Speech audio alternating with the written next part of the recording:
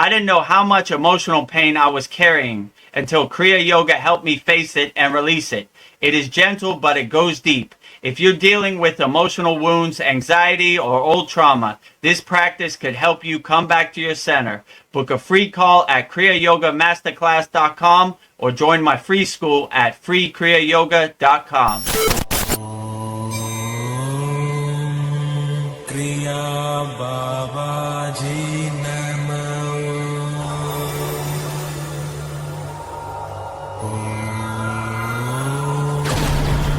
Kriya Babaji Namo.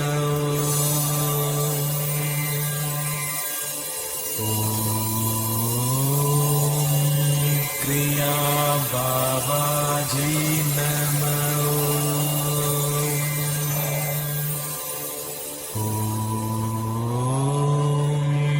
Kriya Babaji Namo.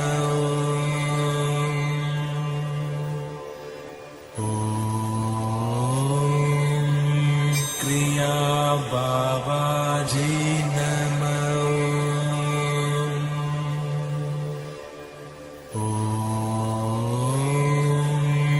Kriya Babaji Namo.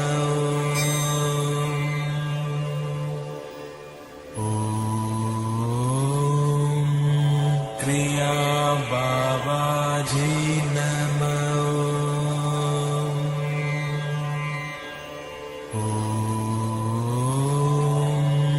Kriya Babaji Namo.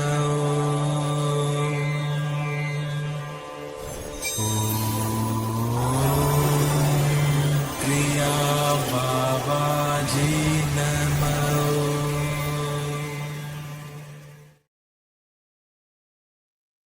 Welcome to our brand new VEDAGURUDEV'S Soul Talks live from a Thailand beach. As you can see right behind me, those are real, actual, live Thailand palm trees. So we thought it'd be interesting to do live outdoor live streams. So anybody who's in the YouTube chat, feel free to put your questions in the YouTube chat. We'll answer all your questions and we'll get started. So without further ado, welcome, Veronica. How you doing today? Fantastic. I'm so happy to be here. So just to get into the feel of it, I have a tropical flower in my hair and a summer dress. And instead of water, I'm drinking some coconut water. So just to Outstanding. make it feel like I'm in the moment. So In this is Thailand, there is amazing. no shortage of coconuts. That is for sure. I had to get creative. We don't have fresh coconuts, so I just got the closest thing I could come up with. So we have a comment backstage, so I'm going to see what it is, or on YouTube. Nice. We had Joe Kansas. Namaste, VEDGURUDEV. Namaste, Joe Kansas.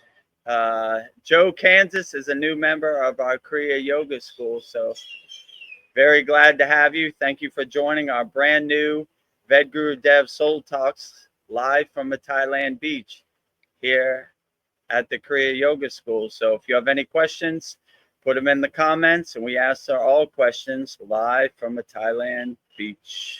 Yeah. And then we have MB, and he says, aloha. Aloha. Well, we're in Thailand. We're not in Hawaii, but same thing. As you can see, you know it's official Thailand. The motorcycles, the traffic, see the cars coming by. So live, not AI, for sure. We have no green screen.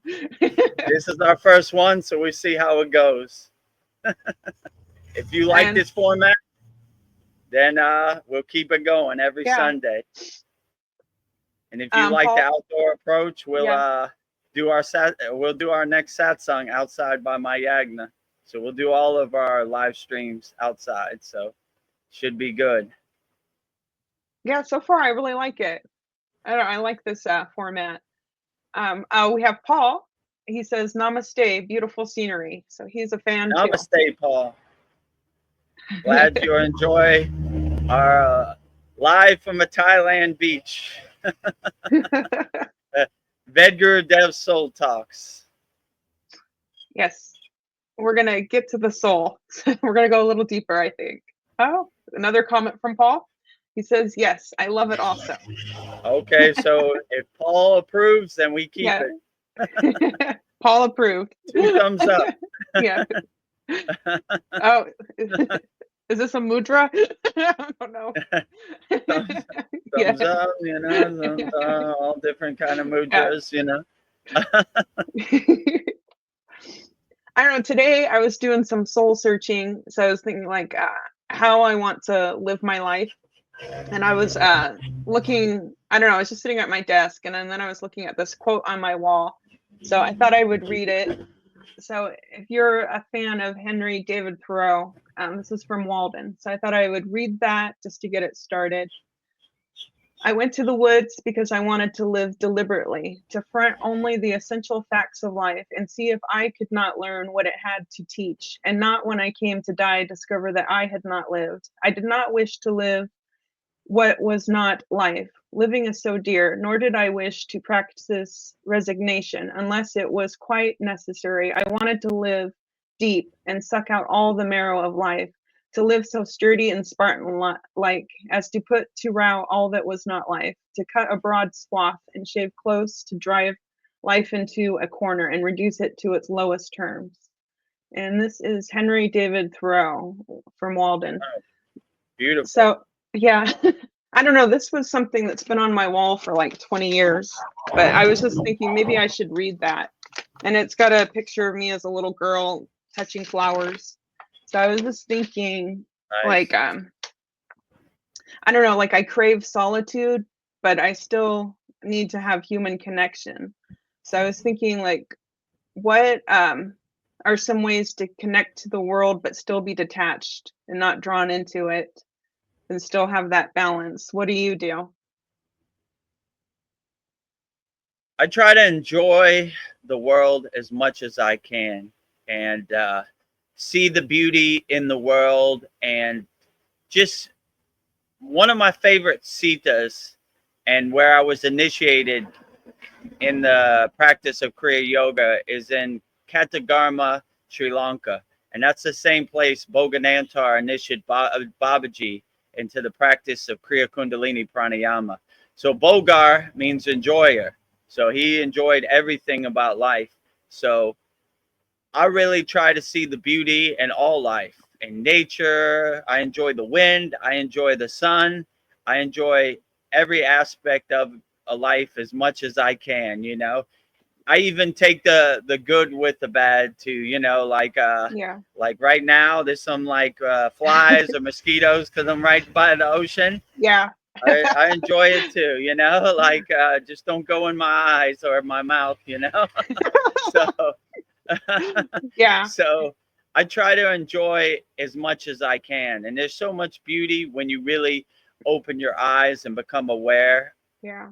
that it's almost awe-inspiring, like everything you can enjoy in life. So I just try to be like Boganantar, an enjoyer, a Bogar, you know, like, and just enjoy as much of life and the beauty that life has, and things that make me uncomfortable, I just kind of throw it away like trash, you know, like Yeah. I focus more on the things that uplift me and bring me to a higher awareness, and things that drag me to a lower awareness or give me lower impulses, I try to stay away from it. So I stay out of those situations as much as I can, but life has a way of pulling you in, you know, like Yeah, it's tricky. every day is a test as a yogi, every day is a mountain to climb, and Vedguru Dev is no exception. So my favorite quote is by Patanjali: life is not a straight line, it's a zigzag. So we all fall off the path, we all fall in a ditch, we all don't have our best days every day, but we self-observe ourselves when we try to be better tomorrow, you know. So Yeah. If you feel like you're not doing enough, or you have doubts, or anything, it happens to the best of us. So don't worry about it. Don't beat yourself up about it. Just keep going. No matter what obstacles life throw at you, you overcome it, and you look for the opportunity to overcome the obstacles in life. Like, okay, that's what you got today. I got you. Let's dance. So you're always constantly kind of looking for the opportunity to break out your Kriya yoga tools. And no matter what happens, I like when they say in yoga, even if it's the end of the world, don't let anything shake your samadhi or your mindset. You always have a good mindset. Like, I don't care what this world throws at me. It's a crazy, delusional Maya minefield, war zone, but I'm still going to keep my composure. I'm still going to keep the right meditative mindset and overcome whatever happens in life. Well, we've got some comments. Outstanding. Sandy Hello, says, Sandy. hi, guys. Hello, Sandy. This format, I could see a little better. Yeah, I know you can. I don't really need to read it to you. Maybe just to the There's guest. a little bit of glare from the sun, but I could kind of see it. Paul says, if the bugs are eating you alive and the heat is aggressive, it might be tough to do regularly. I'm happy to enjoy wherever you choose to be, Guruji. Well, Paul, if you enjoy it, I'll overcome the bugs, and it's a good opportunity, like I said, to not attach to even the bugs, right? Yeah. Like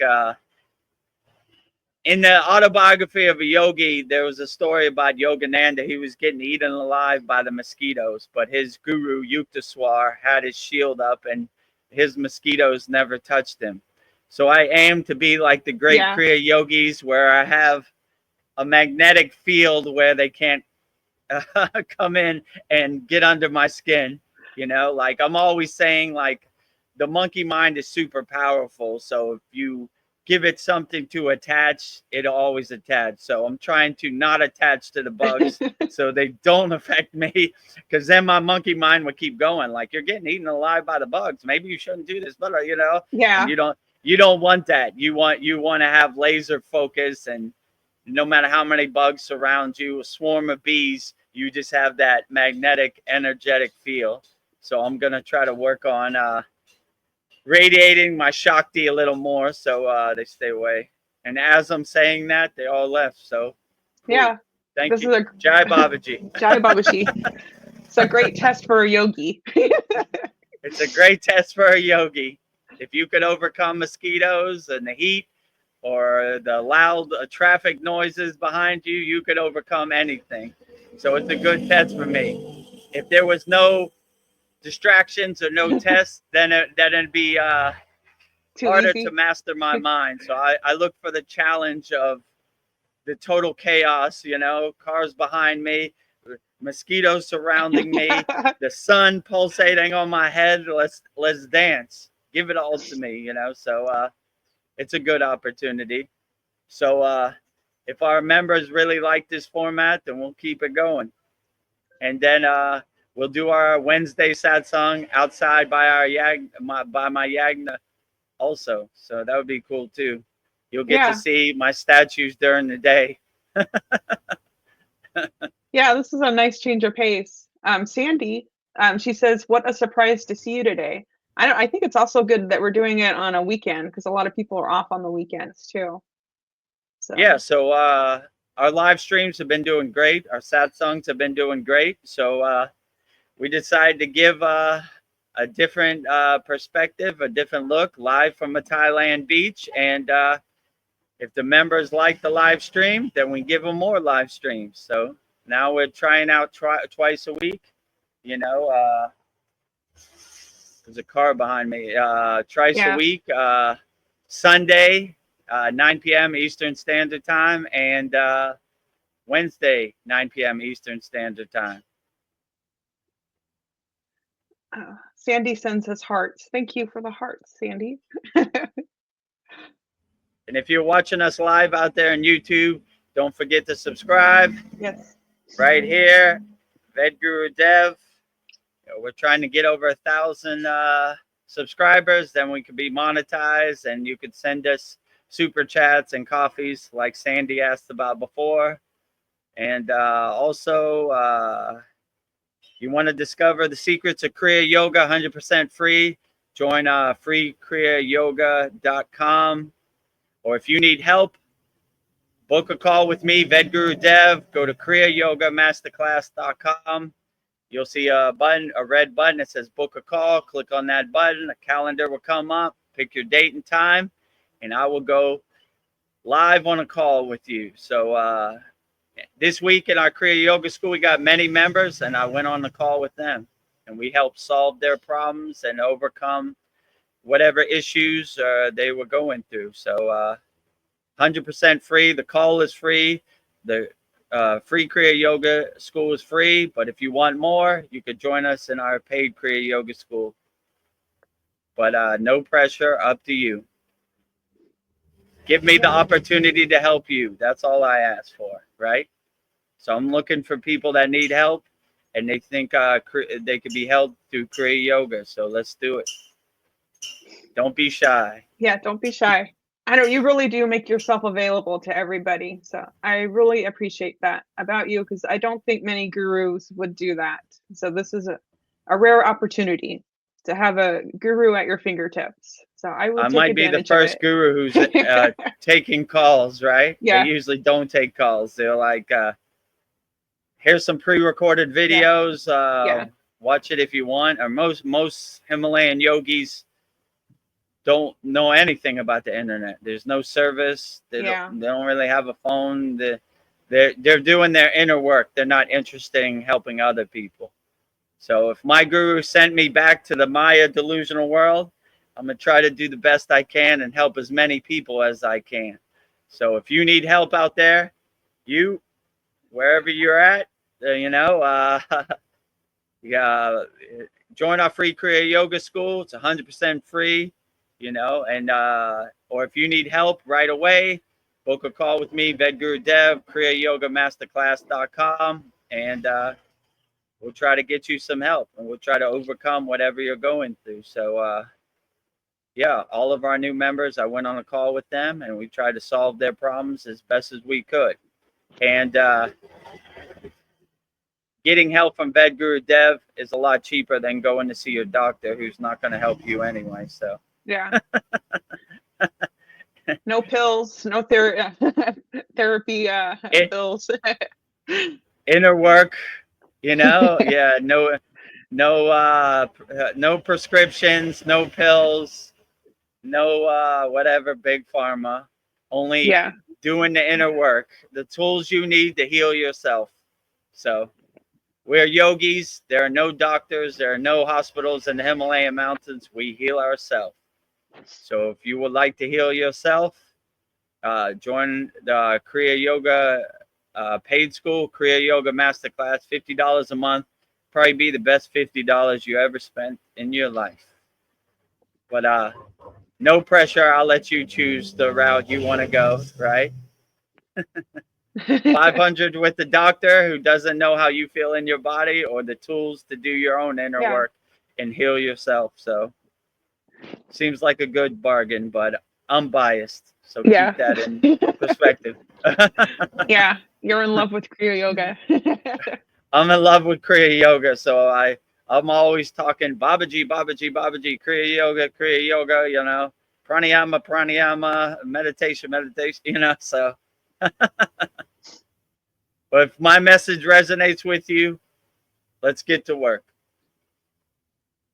Well, we're ready. I guess I'll, without further ado, I'll just dive right in. So this is something I say all the time, but I just wanted to get your opinion on it. I don't know. I hear this quote all the time. I don't know. It's that we're all spiritual beings having a human experience. Can you expand on that thought? When I hear that, I think I'm already that thing I'm searching for. I just forgot. And then what does it mean to be a spiritual being having a human experience? So in Kriya Yoga, they like to say or my guru would say, be in the world but not of the world. So like you're kind of 1 foot in the 3D physical world, the Maya delusional material world, and 1 foot in the spiritual world. So it's basically we are spiritual beings kind of navigating the war zone of the landmine of this 3D physical Maya delusional world. So once we realize we're spiritual beings, then we're pretty much 80% of the way home. Most of these people, my guru used to say there's two type of people in the world, realized people and unrealized people. And the people who are realized understand what this is, right? They're not attached to any outcome or any expectation. They just kind of witness the Maya delusional world like a movie on the screen. You know, you're more in the audience, you're stepped back from the TV. Most people think they're in the movie, so they're consumed with the movie.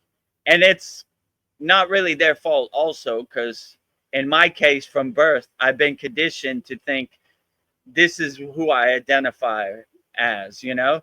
I identify with this football team. I identify with this flag. I identify with this city. This is what makes me. And when you really start to do Kriya yoga, you start to not identify with that stuff. You know, like they have affirmations like, I am not this body, I am not this mind. Or they say neti neti, which means not this, not this. So if they don't even identify with their body, they definitely don't identify with anything else. Like they don't identify with their car. Your car doesn't define your soul. Your bank account does not define your soul. So you start to really step back and focus on what really works. So living in this world, having a spiritual being, having a human experience, you start to get that mindset like, yeah, this is a cool video game, but I'm not consumed with the video game. These are just things I need to navigate to grow my soul or level up my soul, but it really doesn't define me. So when you have that perspective, that detached witness perspective, you step back from the TV more and really focus on what works for you in the present moment and detach from all the distractions. But it's difficult. My guru told me one time, he said, Vedgurudev, you're a master of distraction. I was like, how you mean, Baba? He says your whole life you find comfort in just being distracted. You love everything about it, right? Now we throw all that away and we start to go back to zero, right? So we're more doing the inner work, and things we can't control, they start to seem like trash to you, or start to seem like things you shouldn't attach to. So you start to save your energy and focus your energy on things that uplift you in the present moment, and things that don't serve you in the present moment, you just let go of. Yeah, so I know, I guess life is just a series of experiences, and what you're saying, like, they'll not get distracted. What are some good ways to just like be in the now, right in this moment, and not like be distracted, but enjoy, I don't know, enjoy each moment. I don't know, that we're just in this experience right now. Just focus on what serves you in the present moment. What you can control in the present moment. Things you can't control, you just kind of become the detached witness and don't really focus on it. You step back from the TV, and you start to realize when you wake up in the morning you have 100% battery, right? And you start to more focus your energy on things that serve you, and you don't try to waste your battery or make your battery lower focusing on who won the NBA finals or what Kim Kardashian wore to the Grammys or who's president or Yeah.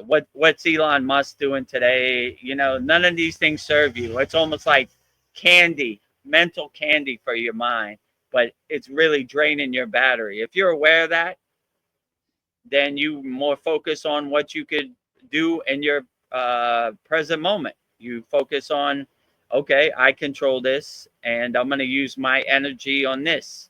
Things I can't control, then I'm not going to really focus on, because no matter what I think or what I do or how I attach to it, it's not going to serve me in the present moment. So, yeah, I would just say focus on what uplifts you and serves you in the present moment, and use your energy wisely, you Yeah. know, because it's very easy to go down a rabbit hole on YouTube and watch, I don't know, a lot of stories about Babaji, but that's not really going to do the inner work for you. Yeah. Or, you know, like me too. I go down that rabbit hole sometimes. Oh, look, video of Babaji. Let me watch this one. Then I'm going to watch the next one. And, you know, so just focus your energy on things that uplift you and make you better in the present moment. That would be my best advice.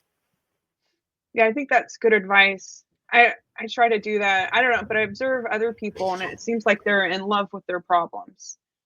And then they want me to be in love with their problems. And it's just like, no, I'm not doing that. But people do seem to like fixate on their problems. It's almost like they're addicted to it. They just love it. So Yeah. Yeah. My guru used to say, people are in love with the chain that the yeah, chain that enslaves them. You know, like I love my problems, and when you start to detach from your problems, some people don't want to let it go. yeah, You know, it's a process where, like you said, they're in love with their problems, so they have a hard time letting it go. They've been so conditioned, and they found so much comfort in. I like to think at it as like people like to eat cake. It feels good. The sugar makes them feel yeah, good. The same thing with their problems, right? I love these problems. Even though you say you want to get rid of them, you're still holding on to it. Like when you really detach, like this doesn't serve me in the present moment, you stop eating those comfort foods, if you know what I'm saying. yeah, Like, but most people, like, I know this isn't good for me, but I'm defined by my problems, and you're really not once you see it. These are just, like I said before, these are just waves on top of the ocean. yes, But if you realize you're the ocean and you're underwater in the ocean, you're untouched by the waves on the surface. Same thing. If you're a mountain and clouds or thoughts are passing your mountain, but the mountain always stays strong and anchored and grounded, you're unaffected by it. No matter what happens, they just, if you just see it like passing clouds or water under the bridge, then it really can't affect you in the present moment. yeah, So you kind of laugh at it like the joke it is. That's why I like when yogis say, I like Babaji says, death is a joke to me. I am the death of death. Like, I laugh at death. yeah, This other stuff is kindergarten, you know, like, you know, death is a joke to me. I don't care about dying. You know, most of these, the highest blessing in yoga is Mahasamadhi, where they transcend their physical body. They choose the time they go. So they're looking forward to it. Most of these songs are like, take me home, yeah. Babaji, take me home. What So is it they if you say? have if you have that perspective, they can't you definitely not affected by who's president or Yeah, what's happening in some faraway land. You kind of look at most of the stuff on mainstream media as ghost stories. Like, yeah, sure, oh yeah, but it's a clever tactic to get under your skin. Like if you didn't know a tree fell in the woods, you wouldn't be affected by it. So they're always trying to tell you cool ghost stories about some faraway place that doesn't affect you in the present moment. But if you're attached and anchored in the present moment, then nothing really could happen to you. You know, you're like, yeah, I don't care. How does what happen? Why should I blindly believe you of some story in some faraway place that I can't verify? You know, if you tell me there's an alien outside my house, I walk out my door and I look. like whoop. It's a Hi, lie. I alien. don't see him. Where's he at? Or yeah, maybe I say hello, alien. Well, maybe they told me the truth for once, but usually it's a bunch of ghost stories. Like that, in my perspective, they look at us like sheep. Like, you're so stupid, I'm gonna tell you what to think, right? Let me tell you what you should regurgitate tomorrow at work. Like oh, I saw on mainstream media, blah blah blah blah blah blah blah blah blah blah blah blah blah. Yeah. That happened in front of your house? No. Okay. Well then, maybe it's some cool ghost story. You know. Only focus on and use your energy what serves you in the present moment. That's what I would say. What is it they say that the world is a stage? I feel like everything in this world is like a distraction. It's just like, like Man, you ain't kidding. That's why I understand why Himalayan yogis just want to be in their cave. No technology. Sun comes up, wake up. Sun goes down, go to sleep. You know, all simple. day, do your inner work, do your sadhana, your yogic practices, and you don't have nothing to distract you. So, but it comes to a time when, like my guru said, now it's really time for you to master meditation.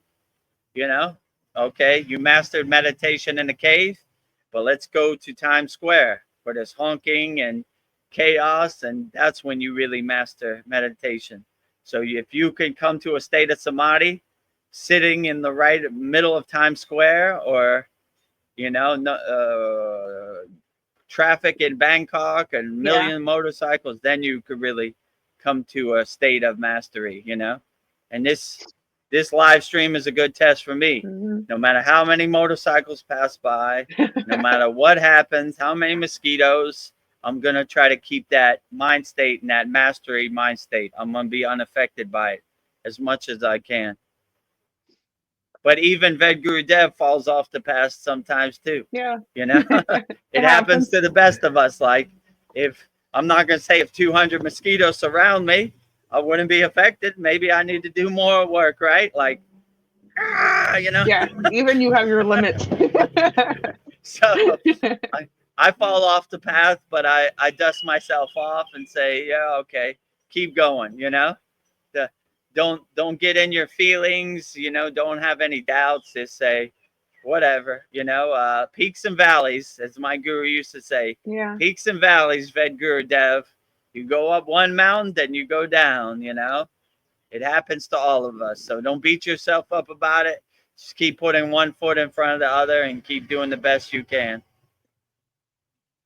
Well, we have a lot of interaction on YouTube, so I'll go down the comments. Let's hear it. Sandy says, yes, this medicine has no bad side effects either. What medicine is she talking about? We're talking about the Kriya Yoga medicine, that we don't have to go to a therapist. Yeah, the Kriya Yoga medicine has no side effects. Has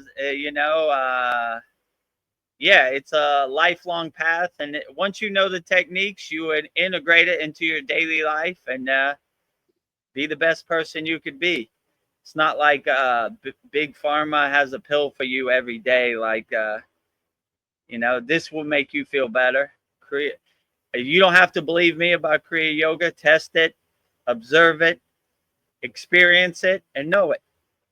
So I don't have to tell any of our members that Kriya Yoga works. They know it works because they do it, and it makes them feel good. That's why we just had our last class 66, and majority of our members have been there for 15 months.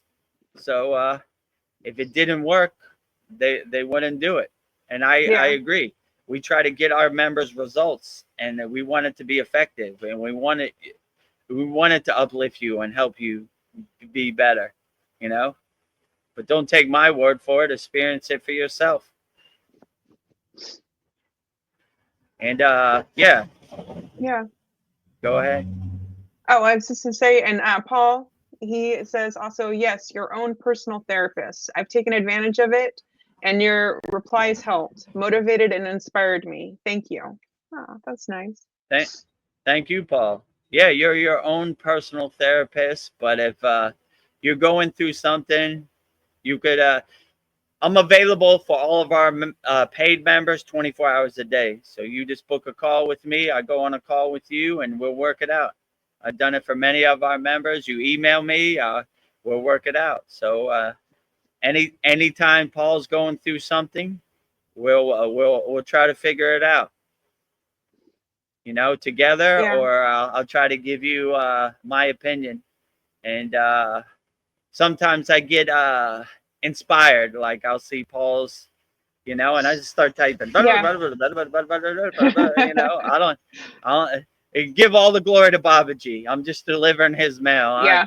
I look back at him, some of the emails I sent to Paul, and I was like, I say some pretty good stuff sometimes. And then Yeah, I'm where like, did this come from? I didn't say that. I'm just delivering Baba G's mail, so I take no credit for any of this stuff. I just give all the glory to Baba G. So, but I'm glad that the words I say can help uplift you and get you out of that rut you're in, and maybe give you some out of the box insights, because it's helpful sometimes to see it from outside, right?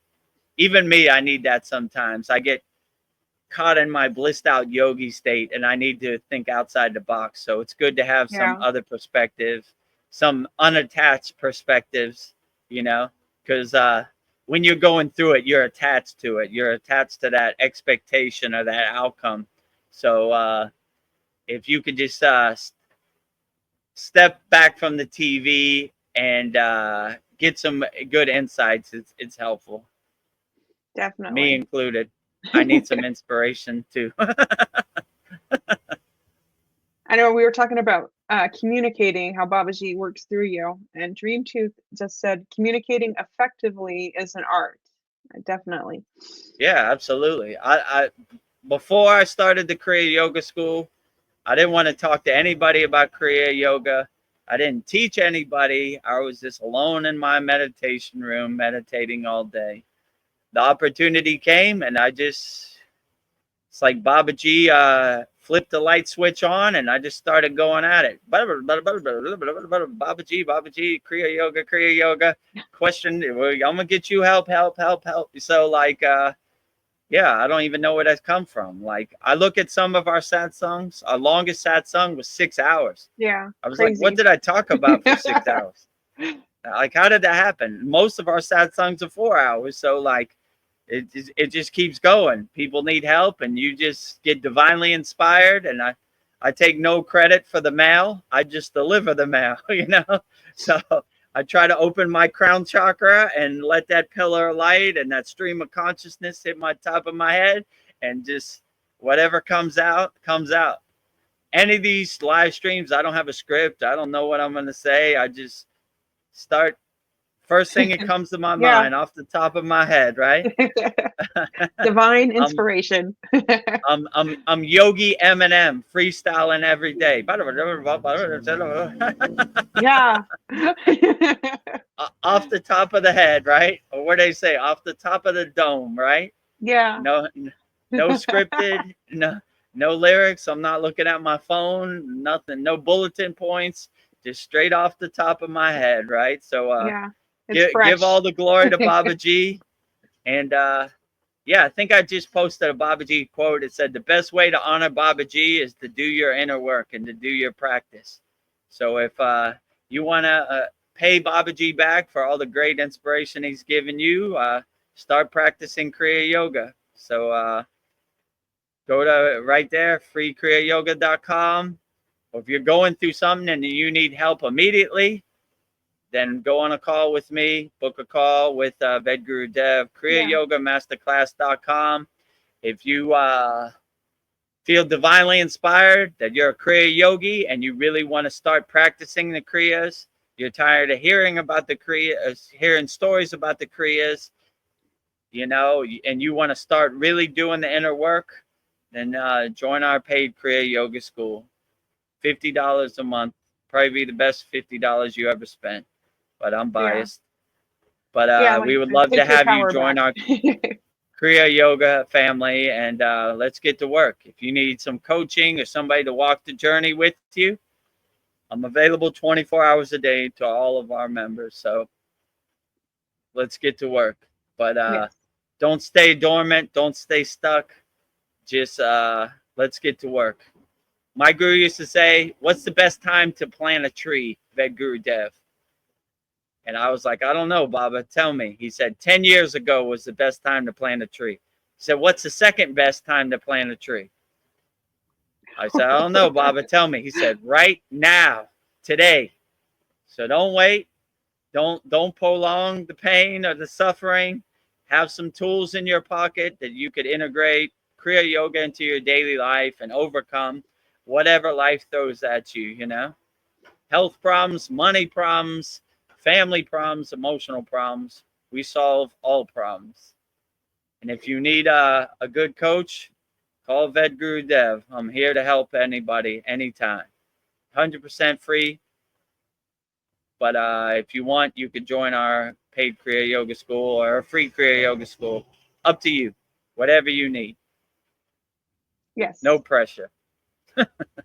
I'm a student here. I can attest to that. I feel like it's like taking my power back. I had all the tools I needed all along. I just needed to know how to use them. So you don't have to be a victim anymore. You have everything you need. So Don't give that ego any more food, right? yeah. It's been it's super fat. It's been eaten long enough, right? So take back your power and become the king of your castle by practicing Kriya Yoga, you know? And don't give your ego any of those lower instincts to feed on anymore. Yeah. I know in my case, my ego was super huge, right? And the ego hates Kriya Yoga, so understand that too.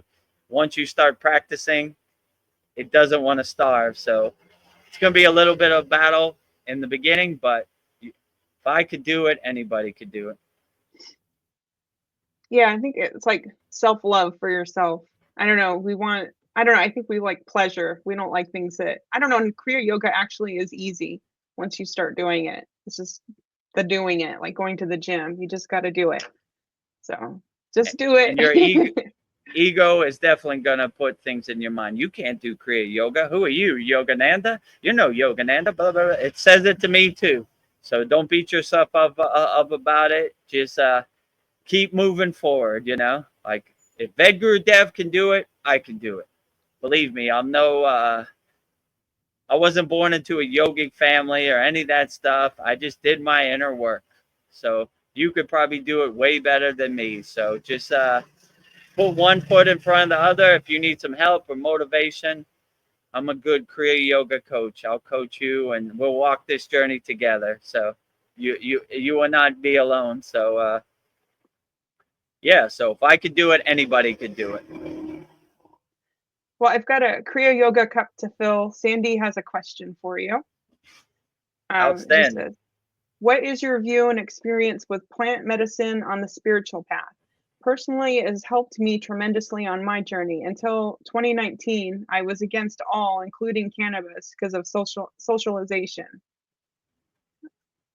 Yeah, so plant medicine, I mean, in yoga they have what's called Ayurveda, which is like a yogic diet where they all eat vegetarian. So everything they do is kind of based more around natural, like non-chemical, from the earth kind of medicine. So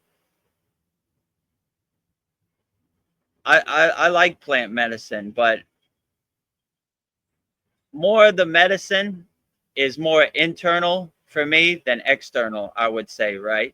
So the way I've seen most yogis heal themselves is internally, right? So if something happens to them and they twist their ankle, they do the inner work to heal themselves. So they're basically healing themselves from the inside out. In a rare occasion, they would use something externally to help them, which is, or I know some yogis who test themselves. I've seen sadhu smoking cannabis it didn't really affect them. I told a story about Neem Karoli Baba, who swallowed a bunch of LSD pills. Didn't affect him. So if you're on a higher vibration, you need less external things. You do more internal work. So most of the healing they do is internal. So they wouldn't seek anything external. They would use the tools that they have in the present moment. So there are no dispensaries or no way to get cannabis in the Himalayan mountains. So they use what is at their disposal. And but to make a long story short, they're more doing their inner work. That's how they heal themselves from the inside out, you know. And in a rare case, they would use something external to help them get through the day, but very rarely, I would say. But it all comes back to whatever helps you in the present moment. That is the best solution. So if that's what you need to get through the day, then that's what you need to get through the day. Like, don't try to use what other people do, because that might not be effective for you. So it's your job as the king of your castle to understand what you need in the present moment and use that to uplift you. So if you need plant medicine, by all means, you know, no one knows what's best for your body than you, right? So other people tell you what you should do for your body. You know yourself better than anybody. So you would do what's best for you. Plant medicine makes you feel the best. By all means, don't try to be like a enlightened Himalayan yogi and do the internal work when you don't need it. You know what's best for you. So if plant medicine is good for you, by all means, do plant medicine. 100%. And then she had some more on that comment. She says that the media and school propaganda taught me to fear plant medicine. Yeah, I bet they did. Yeah, so I'm sure the media, the how could I put this? The mainstream media is a slave to corporate America. So they're gonna tell you everything that you probably shouldn't do. So when they say go right, I go left, right? Like don't go out in the sun, don't exercise. You need a one solution, which you need to put some chemicals in your body, and you'll be fine. What? That don't make no give sense. me money. So you use your own discernment, because they're a profit-based business. So they don't care about you. They're going to sell their products so their shareholders can get rich, if you know what I'm saying. So use your discernment and keep that in your mind. Like, these people are trying to make profit. They're not trying to help me. They want the profit is in the medicine, not in the cure, right? They're not trying to cure you. They want a lifelong person who buys pills or whatever. So keep that in mind, and use your own discernment. Like if they say plant medicine's not good, I would say it's probably pretty good. So when they say go left, I go right. Yeah. So keep that in your mind. Like if they say plant medicine's not good, then it's probably pretty good. Yeah. They Why don't say they want me to go chemicals there? are good, it's probably pretty bad, you know? So I'm doing the opposite of what they say, right? I don't believe the Wizard of Oz, you know? No way. And then this is a funny quote. Dream Tooth says, "Let my eyes hit the wall and see the reflected world." Mm. Yeah. Yeah, exactly. Like when you see your reflection, we have a good technique in yoga that we have a visualization. You look at yourself in a pond and you see yourself reflection in a pond, and that symbolizes the oneness, not the dualist perspective. So I am the pond and the pond is me. So if you look in the mirror and really self-observe yourself, then you will see yourself in a better kind of way, a better projection. So yeah, I agree. If you let your eyes hit the wall and see your reflection, or you see your reflection in anything, it's always a beautiful thing, right? That's Yeah. when you start to see like God is everywhere and everything. Like you start to see yourself as oneness. I am that tree. I am the ocean. I am everything. So you begin to get your mind wrapped around that oneness mindset, which is a great thing to do. Then Paul says, speaking of ghost stories, I've several, so I believe in them. What do you think ghosts are? And has anyone else experienced a ghost? I did not personally, but I heard from my aunt. Yeah, so I don't really have personal experience like these ghosts so-called stay away from me. Like I don't know, I never really have these experiences, but I'm not in a I'm trying to vibrate on a higher frequency where they probably can't tune into my radio station. Let's say it like that, hypothetically. So I would say the ghosts are, let me see, a soul that is kind of stuck in between two dimensions. Why or how, I don't really know, but that's what my intuition and my discernment is saying. It's kind of a glitch in the matrix. Let's say it like that. It should be over here, but it shouldn't be here. So it's somewhere in between. So you might get a glimpse of something like that. You know, that's some interdimensional glitch in the matrix. Let's say it like Yeah. that. But I can't say for sure. Like I've never had the experience. I'm just talking out of turn. Yeah, use your intuition. Just some words in the air, you know. I don't know if it resonates with you, then okay. If it doesn't, that's fine too. You know, I don't really know. Like, but I tend to think like from all the sadhana and the spiritual practices I do and all the mantra japa that these lower frequencies tend to not come on my radar because I tend to vibrate up here, and maybe people with a lower frequency would have more experience. Like, and I'm not attached to it either. The mystical things I've seen in the Himalayan mountains, I'm just like, whatever, you know? Like, I Yeah. don't even try to make sense of it. I don't think about it like, oh, look at that yogi. He's levitating. Okay, cool.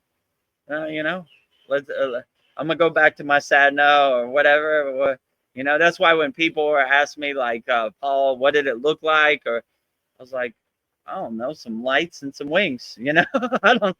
You know, like I didn't really attach to it. I kind of saw it from a distance, and I didn't really try to make sense of it. I went back in my cave or my tent and went back to sleep. Like, okay, cool. Yeah, I agree with you, VEDGURUDEV. I kind of feel like ghosts are like kind of stuck. There are energies that are stuck here, and I think it's like maybe spirits that can't let go. They can't detach from their life here. So that's my intuition, but I don't know for sure. But I don't know. I agree with Yeah, you. it sounds about right. Like anybody feels like they're dying or they're going to transition, I would say don't try to come back because you don't want to get stuck. Just let it go. It's over, right? Enjoy the Yeah. ride, right? Enjoy the flight. Like everybody's going to be fine. Don't try to come back, you know. And congratulations, you won the divine lottery, right? Take the golden flight with a big smile on your face. Travel light, no baggage, right? Like, Yeah. oh, I got to go back. I need to go back. No need to go back. It's time, you know? It's all perfectly great. Yeah. No fear. Let's see. Wow, we have a lot of people watching. Let me see. Sandy gives us prayer hands, and thank you. And then Dream Tooth, he says, "If I can do it, anybody can do it." He sounds like he's That's on the team. attitude. We He's have on Team somebody. VEDGURUDEV, right? Yes, yes. Anybody in our paid Kriya Yoga School community, I say that almost every class. If I could do it, anybody could do it. Like, I'm no magical enlightened being. Anybody could do it. Kriya yoga is for anybody. If you can't do the asanas, you could do the breath work, you could do the meditation, you could do the mantra japa. There's something for everybody. So when people say I can't, I always like to say we're Americans, not Americans. So we could do anything, you know. So I'm probably the poster boy of the most unlikely yogi in the history of the universe. So if I can get on this path, it's for anybody. And if you need some motivation, you know, you like Kriya Yoga, you like the things I'm saying, join our free Kriya Yoga school, 100% free, no pressure. And if you're going through something and you need some coaching or assistance, book a call with me, Kriya Yoga Masterclass. It's all right here, right there. So, and if you like the value we give you, then you want to join our paid school. It's $50 a month, and yeah, we would love to have you join our Kriya Yoga family. We're helping people all across the world. So what a beautiful blessing that is. So I do this to help people. So if you need help, I'm looking for you. Give me the opportunity to help you overcome whatever you're going through in the present moment. And let's let go of what no longer serves you and get to work. Today is the best day to plant a tree. The best day ever. The best day ever. Sandy, this is referring to the plant medicine. It says that makes sense. Maybe one day I won't need it. Yeah, maybe one day you won't. Maybe you will need it. I mean, you use your own discernment and your own intuition to decide what's best for you. You are the king of your castle and you make decisions accordingly to fit you. So other people telling you what you should do, they don't know how you feel in your body. So just do what's best for you. That would be my best advice. And Sandy says exactly. Use your discernment. Pharmaceuticals are pushed constantly. Absolutely. They sure are. You know, this external thing is going to get you into a state of happiness. If you realize happiness is inside you as you, no one can sell you happiness. You know, you watch these pharmaceutical advertisements, they're dancing, they're running through a field of daisies. They're so happy. Nothing externally can make you happy. If you have happiness inside you as you, then you laugh at their marketing and their psyops like the joke it is. They're trying to sell you something they don't have. You have happiness. All you have to do is unlock it and realize it, and you'll be the happiest person you could be. So I would definitely say don't let anybody sell you happiness. Realize your internal happiness. And if you need the tools, we always go to a blissful place in our Kriya Yoga school. So if you need some assistance, we'll take you to your happy place. You don't need to take a pill. Yeah, a happiness that is always attainable. Close your eyes and just sit on the side of your bed, and you can go to your happy place anytime. So they hate that because they can't monetize it, they can't sell it, but you don't need them to monetize it or sell it because you have happiness inside you as you. Sandy says to those watching, hit that like button, please. Yeah, hit the like button, hit the subscribe button right there. Hit the subscribe button, subscribe to my YouTube channel.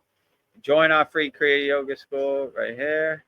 And if you want to get on a call, book a call with me, go to kriyayogamasterclass.com and click on the book a call button, and calendar will come up and a time will come up, and you could pick the best time for you.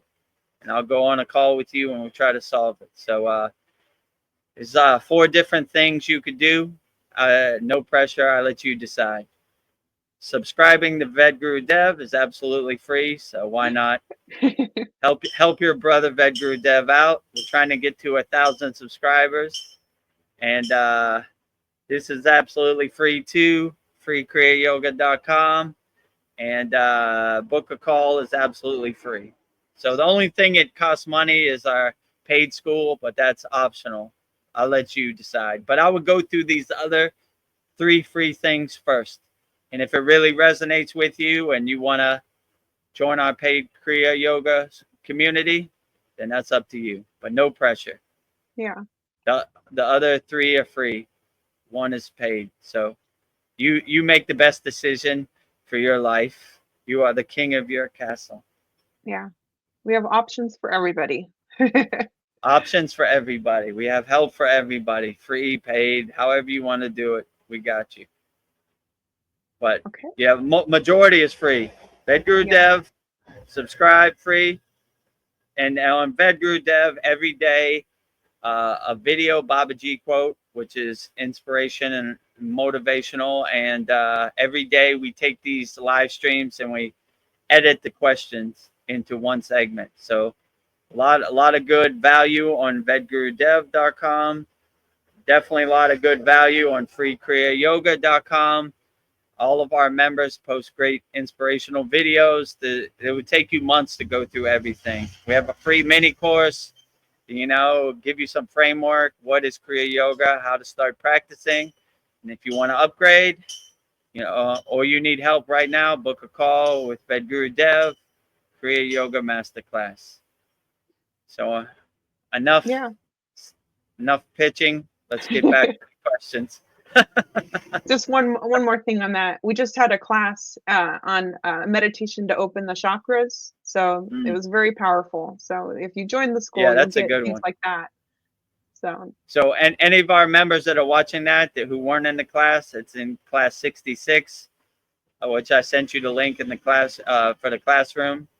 It also, all of our classes come with PDF notes. So if you like to read it back in text form, and all of our videos are on demand. So they stay there forever. Like every single class is there, every single yagna, every single satsang. These live streams will be on there too. So we have a lot of information for sure. And we have hundreds of classes on different kriyas. So give it a try. If it doesn't resonate with you, you can cancel after 1 month. But we have very little people canceling, so I know you'll enjoy it and you'll get uplifted, and you'll be a Kriya yogi for the rest of your life, or yogini. Well, we got a comment from Paul. He's always here. Paul says, "I'm my own worst critic. I always feel I could be doing better. Always striving and thinking I'm not doing well enough. How do I overcome this?" Just don't beat yourself up about it. It is what it is, right? You're overthinking it. You're getting in your head too much. Just let it be what it's going to be, with no expectations. Like coulda, shoulda, woulda. I wouldn't let it affect you. I would just be like, I did the best I could, and I have no regrets. So I wouldn't overthink it. I know a lot of people, they get in this mindset, I could have been doing better. I doubt myself. I'm not doing enough. But I wouldn't even go down that rabbit hole, because once you start getting the monkey mind and that type of mindset, then you really start going down that rabbit hole, and it's hard to dial it back. So I would just detach, let go, everything. I'm not doing enough. I could be doing more. Detach, let go. I'm doing the best I can. Detach, let go. Detach, let go. Whatever doubt or whatever questions you have, like don't overthink it. Just detach it, let it go. I'm doing the best I can with the tools I got in the present moment.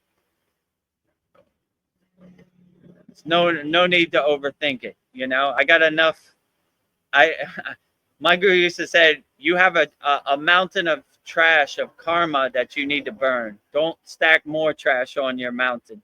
It's hard enough to burn the other trauma or other karma you have. Like just don't add more to it. Like you realize, have the mindset, I'm doing the best I can with the tools I got in the present moment, and that's it. I have no regrets. I do the best I can. with what I have. So I wouldn't overthink it, Paul.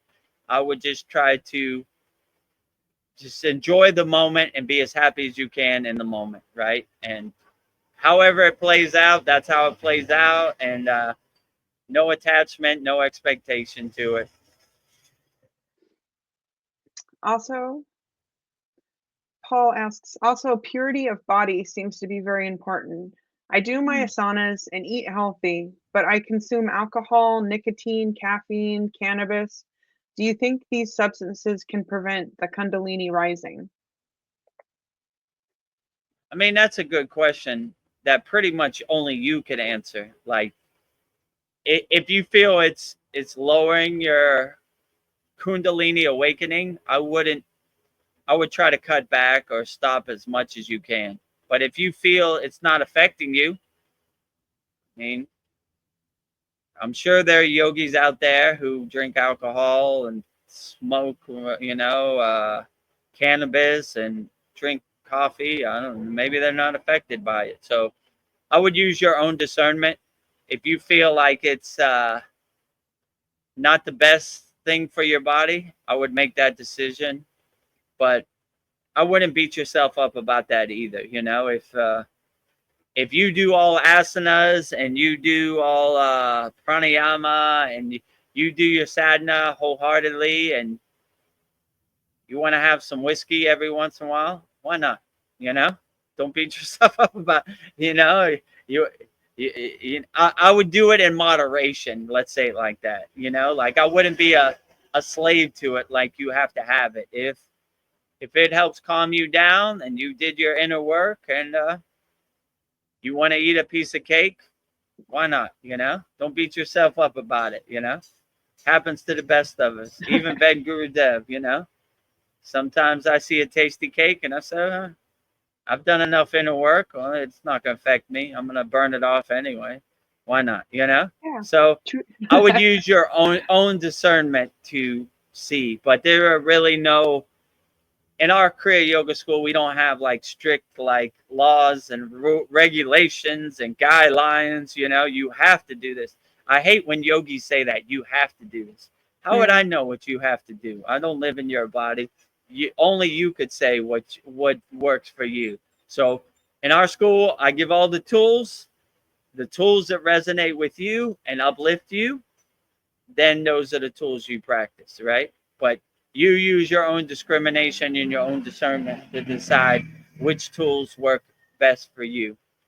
But yeah, some of these other so-called yogi schools, they'll somebody said in the sadhana a couple weeks ago that they had to practice Maha Mudra for a year. And I was like, what if you don't like Maha Mudra? Then you have a bad taste in your mouth about Kriya Yoga, right? Like, I practice Kriya Yoga. They gave me one technique for the whole year. I don't like it. So we try to give wholeheartedly everything, and you decide, and you integrate Kriya Yoga in your life, and you craft what's the best technique for your sadhana or your daily practice. So use your own discernment to see what works best for you. So I would say in moderation, don't become a slave to any of these external things. But if you have a glass of alcohol every blue moon, why not? Smoking, I don't know. Why not every blue moon? Caffeine, why not every blue moon? Cannabis, why not every blue moon? If you do it every day, all day, and just eat Cheetos and smoke marijuana, maybe not, But if every blue moon it relaxes you and gets you into a nice, calm, relaxed state, why not, So I know this goes against the yogic strict principles, but we're open-minded yogis. We're not closed-minded yogis. Yeah, just everything in moderation. Treat yourself. One of our members said, Sadhguru said, Nadi Sudhi, Nadi Sudhi, alternate nostril breathing. If you want to know, it's in the free Kriya Yoga School, 100% free, right? Alternate nostril breathing. He said, Sadhguru said that if you end on the right nostril, you'll go crazy. I said, what? That's the craziest thing I ever heard. Here, I'm going to prove it to you right now. Not crazy. So there's a lot of misinformation out there, you know, like don't get attached to it. A lot of yogis say a lot of things. Just do what works for you, right? You know, even the best yogis like Sadhguru, they're a little off. They're not 100% all the time. Let's say it like that. So use your own discernment and your own discrimination to decide what really works for you. I would definitely say. Yeah. But yeah, there's some cool ghost stories out there. Let's say. I know what's crazy about that is it just puts you in a fear state, and then you're fearful of doing that.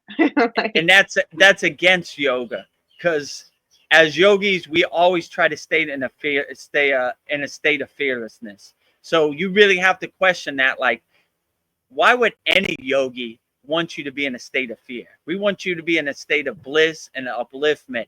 We never want you to be in a lower fear state. You know, fear state there's already too much fear state around here. That's how they control you, get you in a state of fear. If you don't put this in your body, you're gonna die. Blah, blah, blah, blah. If you don't put this way, it's gonna be the end of America. Blah, blah, blah. You know, that's all fear state. That's all ego candy, right? That's ego food. So anybody is trying to get you in a state of fear, question that, because that's definitely against yogic principles. From my guru and all the yogis I know, we stay fearless. That's our quality. We're not scared of the top of the Himalayan mountains. We're not scared of the Yeti. We're not scared of anything, right? And by projecting that fearless state, you don't get in those situations where you have to have fear, you know? So, yeah, anybody is trying to get you into a lower fear state, get away from that person, I would say. Whoever it is, you know? Whatever their lineage or their parampara is, or whatever their authority is, I would get away from that person, right? Yes. Yeah, but you're right. Anybody get you into a state of fear, stay away. Running for the hills. We've got Mariana here. Mariana says, awesome view, Vedguru Dev. Blessings and namaste. Namaste, hey. Mariana. Blessings to you also. And she says, okay, I am jealous. If I had the same paid job I have in Canada, but in Thailand instead, I would move there. Yeah, it looks beautiful there. Yeah, Thailand has its pros and cons. There's some good palm trees, but there are a lot of loud motorcycles driving past, as you can see. So, yeah, it's a nice tropical oasis, I guess, you know. I enjoy it. I call it the Miami of Asia. I'm from Miami, so I like to take my Miami and transplant it into Asia. So it's a good place for me. But yeah, if hopefully one of your jobs open up in Thailand, and you could come on the live stream with Vedguru Dev, and we'll enjoy Thailand and the ocean and the sun and the palm trees and everything, sand Thailand has to offer. So it's hard to see, but the ocean is like right there. I would say like 100 meters right behind me, maybe even less, probably like 50 meters. It's right there, but it's hard to see because it's kind of blurred out. But yeah. Yeah, it's bright. It's very bright. I can tell it's very hot there. Whoa, Thailand has no shortage of sun. I had an American flag. The sun was so powerful it turned it pure white. it bleached out all the colors of the American flag. Yeah. And this is a non-fade flag or whatever. So that sun is powerful. That's why I'm sitting in the shade, because if I had direct sunlight on the top of my head, I would be sunburned. Yeah, no good. And then Sandy says, haha, not crazy. I guess when you were doing your nostril breathing out the right side. Not crazy. Still same. Not crazy. So take all this rules and regulations with a grain of salt, I would definitely say. If it doesn't resonate with you, then throw it away, you know? But yeah, there's some cool ghost stories, even in the yogic tradition. Yeah, Sandy has a good point. She says a spiritual friend of mine who was born and raised in India finds Satguru's teaching very suspect. Interesting. I mean, I'm a Kriya yogi, so I don't like to judge other yogis. That's just some things good, some things, like I said, suspect, you know? You said it, not me. So I would use your own discernment and your own intuition. If it feels suspect to you, then it probably is. If it resonates with you, then it's put in your toolbox. But like, yeah, I would take all this with a grain of salt. I would definitely say, you know. VEDGURUDEV, this is a question for you to read because I cannot pronounce these words. Okay. Let's see. There are 5 Indriyas. What is beyond the Indriyas? The mind that represented by the Agna, the 6th chakra. Yeah, so Indriyas are your senses, right? We have a class in our school.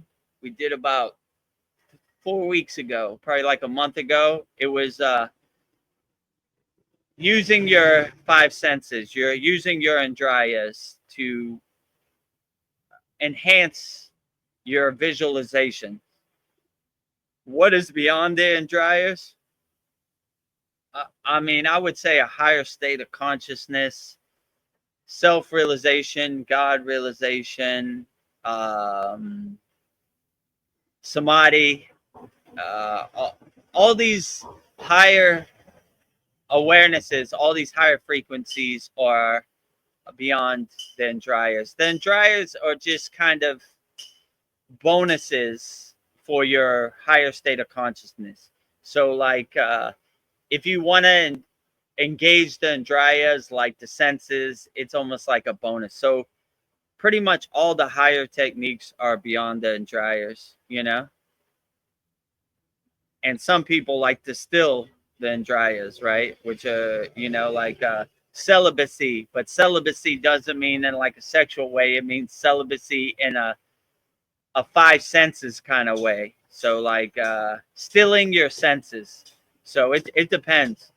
A lot of people like to still their Indriyas, their senses, when they're going into a higher state of samadhi or a higher consciousness or a higher meditative state, and which is represented by the mind, by the Agna chakra.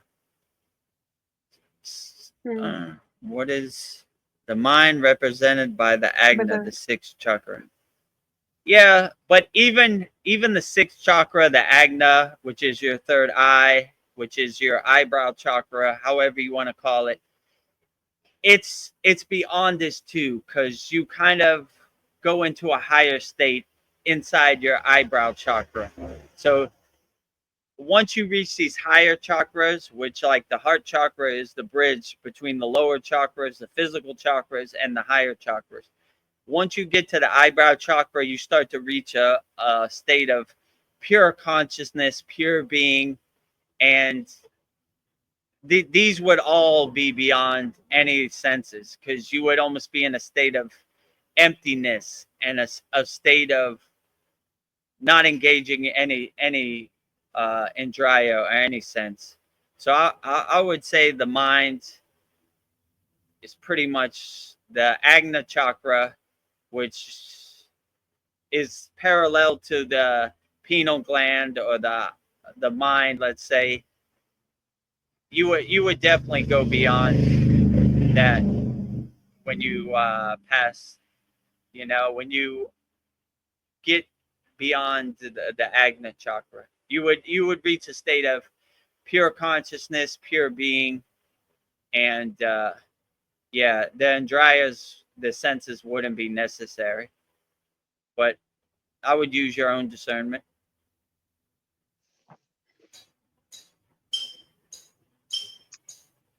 And then Mariana is on. She says live stream with VEDGURU Dev is definitely a dream come true.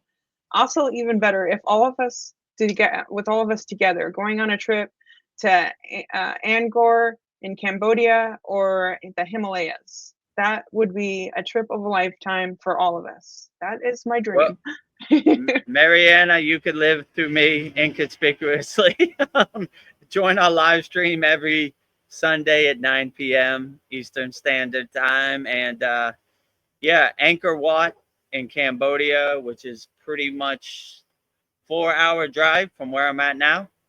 So I live on the eastern seaboard of Thailand, and Cambodia is to the east that way. So it'd take about a 4-hour drive to get to Cambodia from where I'm at right now. Yeah, Angkor Wat is great, you know. And yeah, the Himalayan mountains would be a dream. Oh yeah, hopefully we could organize that and put that together. It's a dream for me too. I would love to go back home, you know. I've had about enough of this Maya delusional world, you know. Hopefully my time in jail is coming to an end soon, but you know, I got a lot more people to have. I got a lot more people to help, you know. I hope to revive my Agori paths one day, you know, a dream of becoming a renunciate, a sannyasi, and an Agori, and growing my hair long and spearing vibhuti, holy ash, all over my body, and doing my inner work as much as I can. But there's too many people to help on the physical 3D world, so let me help you. Join our free Kriya Yoga School. Subscribe, VEDGURU Dev right here. You know, 100% free. And yeah, if you need help, let me help you. I'm trying to get a Santa Claus list before I transcend this physical body. So if I reach the astral plane, Babaji says, how many people did you help? VEDGURU Dev, I said, this many. It's a list. Yeah, right. My Santa Claus list, there, I would be undeniable to join the campfire. So help me achieve that goal, you know? So if you need help, book a call with me, kriyayogamasterclass.com. Yeah. Let me help you. I need that Christmas list of people who have been helped a lot longer. So let's get to work. You'll get there. I don't know. When you get to your Agori path, it'll be well deserved. So all in due time. I will have no distractions, no regrets. I was thinking about what Paul was saying. It just seemed like it's really important to take care of our temples. I don't know, from a spiritual perspective. I mean, it's okay to indulge, but everything in moderation. Would you say that we do need to take care of our bodies? Yeah, in yoga, they always say keep your temple fit, keep your ashram clean, because when God visits you, you want to have a clean temple, clean house, right? A place where God would be proud of. So that it's true, they do say this. When I do my personal sadhana, I do it like Babaji is standing watching me. So I always kind of have that perspective, like I don't want my mind to wander to something I wouldn't be proud of, because Babaji is watching me. So I always try to keep my temple fit, keep my temple clean. Is it 100%? No yogi's 100%. You know, like there are all yogis have probably indulged in something they're not proud of, but don't beat yourself up about it. It's about moving forward, not moving backwards. So the past is gone. Forget it. It's just a distant memory. You can't change it. But try to self-observe yourself before you go to bed every night and see what you could have did better, right? Okay, maybe I drank too many glasses of alcohol, but I'm gonna try to do better tomorrow, right? Or I'm gonna try to let it go and realize it doesn't really serve you, these external things, you know. it's more about doing the inner work. But yeah, I would use your own discernment and see, what you can indulge in and what you should probably let go of. But who am I to say what's right for you and what's wrong for you, True. And then you get into judgment. Right. I don't want to judge any yogi or yogini. I just, I give the tools and you integrate them and you use them the best way you see fit, I would say. But no judgment or bias or anything over here. Yeah, I think it's like it's up to you to decide. Like I don't like I'll have pains in my knees and sometimes I have trouble breathing. So I kind of wonder if like our body is like communicating with us. This is an area you have to work on. Because maybe my throat, maybe I need to work on my throat chakra. So maybe like paying attention to your body pains is a way Yeah, I of would like, say wherever you feel pain, I would use the Bija mantra for that part of your body or really lean into it or focus your Shakti or your prana to that part where you feel pain, like until it dissipates as much as possible. So if you feel pain anywhere, I would focus all your energy and all the prana you collected and blow it to that part in pranayama, yeah, and, I don't know, is complete spirituality working on all levels, like your physical, your mental, emotional, Yeah, spiritual, I don't know. absolutely. It's an overall well-being for every part of your body. So I would definitely, like in yoga, we try to keep a good balance of the five folds of Kriya yoga.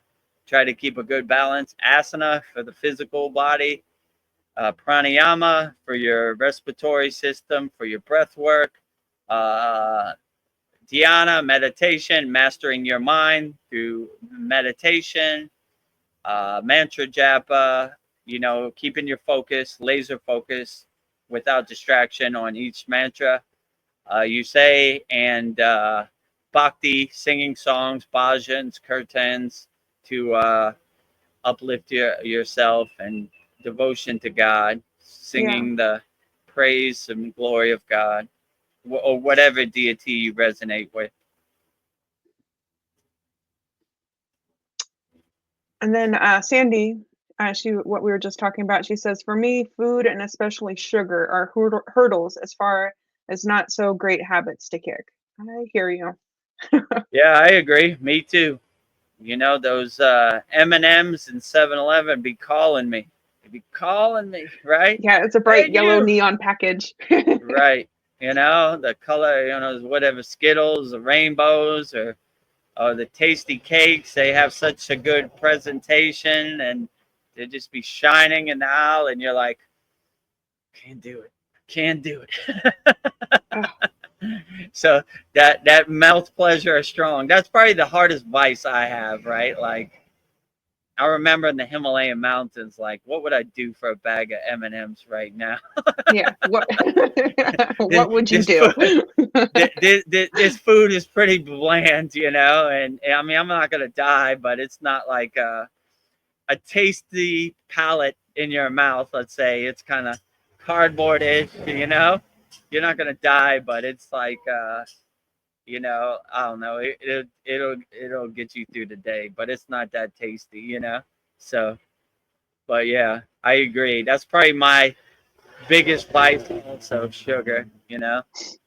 But I'm doing good. But they have a good presentation. They have good packaging on those magical M&Ms and Yes, Skittles or great whatever. marketing. great market, great marketing. The colors and the shapes. Hypnotize your mind. Absolutely. Sandy says that she's a double Taurus with Mars and Cancer in astrology terms, natural foodie. Well, I used to do astrology artwork at psychic fairs, and Tauruses love their comfort, and I'm a Cancer, so Food is definitely cancer's like their comfort, emotional comfort. So yes, you are a natural foodie. Like, yeah, and food feels good. Yeah.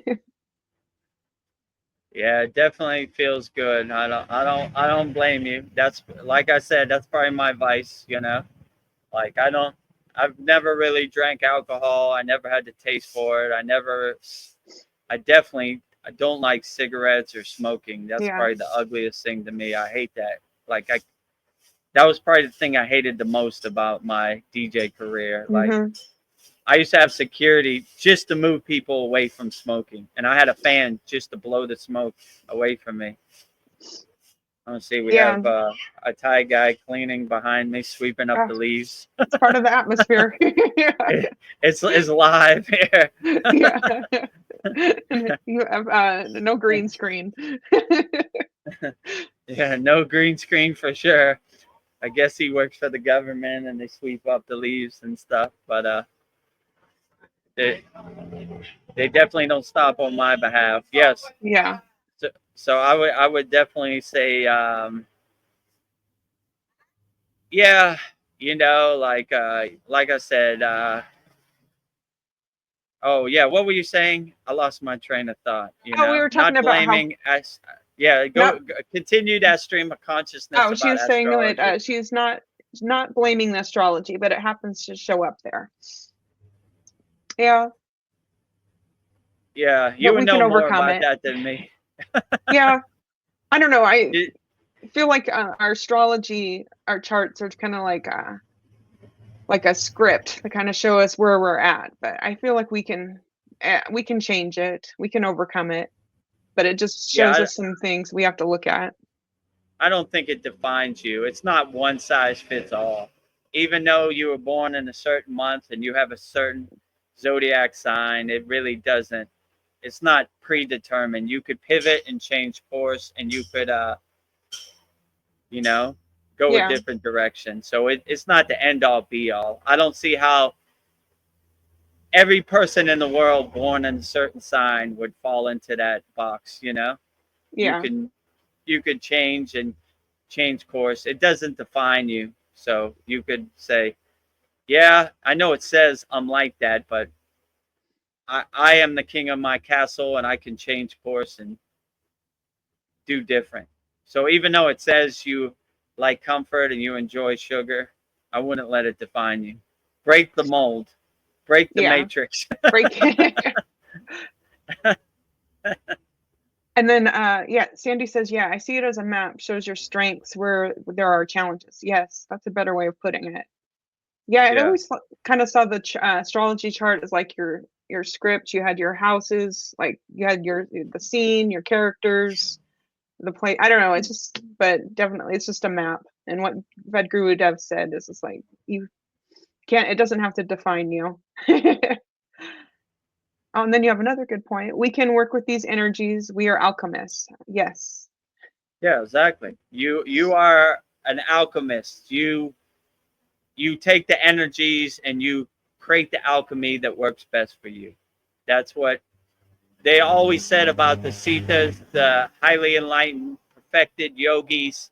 They were supreme alchemists. They knew how to direct the energy in their body, direct the prana in their body, direct the shakti in their body through these different kriya yoga techniques. So not this week, but in next week, we're going to have a good alchemy class of how to direct the alchemy in our body, So, Nice. yeah, yeah, if you would like to become a yogic alchemist, join our paid Kriya Have yoga you? school.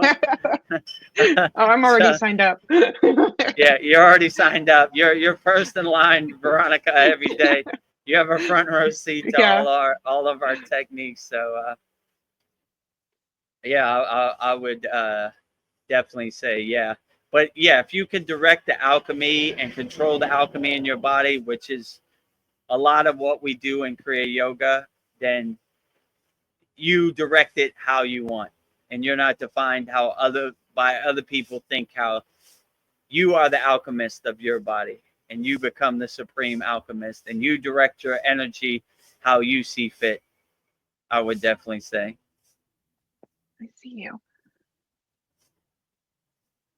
I don't know. A couple songs about ago, you were talking about making every day a meditation. I don't know. Mm, Today I took the trash out, and I was just like, I don't know. I was like in a meditative state. I was, I don't know, noticing the blue sky and the cool mm, air, and then it's just like yeah. walking. I took my hands and brushed the leaves of the branches next to me. But I don't know, making every day a meditation, it just naturally makes you in the moment. It slows everything down, so you like really pay attention to things.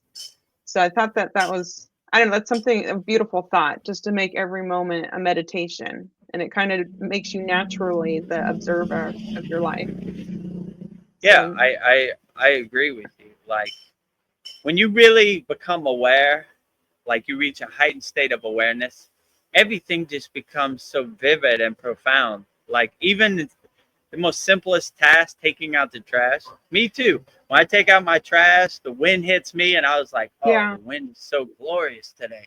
Wow! Woo. Oh, look at that sun! yeah, Whoa, it's powerful today!" so beautiful. Like yeah, like everything. Like even just sitting here, you're like, "Oh, look at these trees over here! Look at these palm trees, and the ocean and the prana and." The prana, they always say in yoga, the prana is the strongest by bodies of water, like lakes, or, I mean, the biggest body of water, the Pacific Ocean. So, like, yeah, it's you begin to become more aware of your surroundings, and things that used to be like tasks or chores become blissful experiences. Taking out the trash. Oh, I enjoy taking out the Yeah, trash. I'm gonna get to see the sun, and I'm gonna feel the air, and I'm gonna look at the birds and look at the trees, and so yeah, everything starts to become more vivid and more profound the more you yeah, raise your awareness, and everything starts to become a meditative thing. Things you used to hate become enjoyable experiences. Washing the dishes. I'm gonna yeah, sing my mantras while I wash the yeah. dishes, and I Everything's an like this. opportunity. You become mindful in everything you do in everyday life. So yeah, it becomes very profound. So would you say like is the point of life to like experience as much as possible and learn from our experiences and be as loving as possible? I mean, like, what is that? Is that my purpose for being alive? To just experience?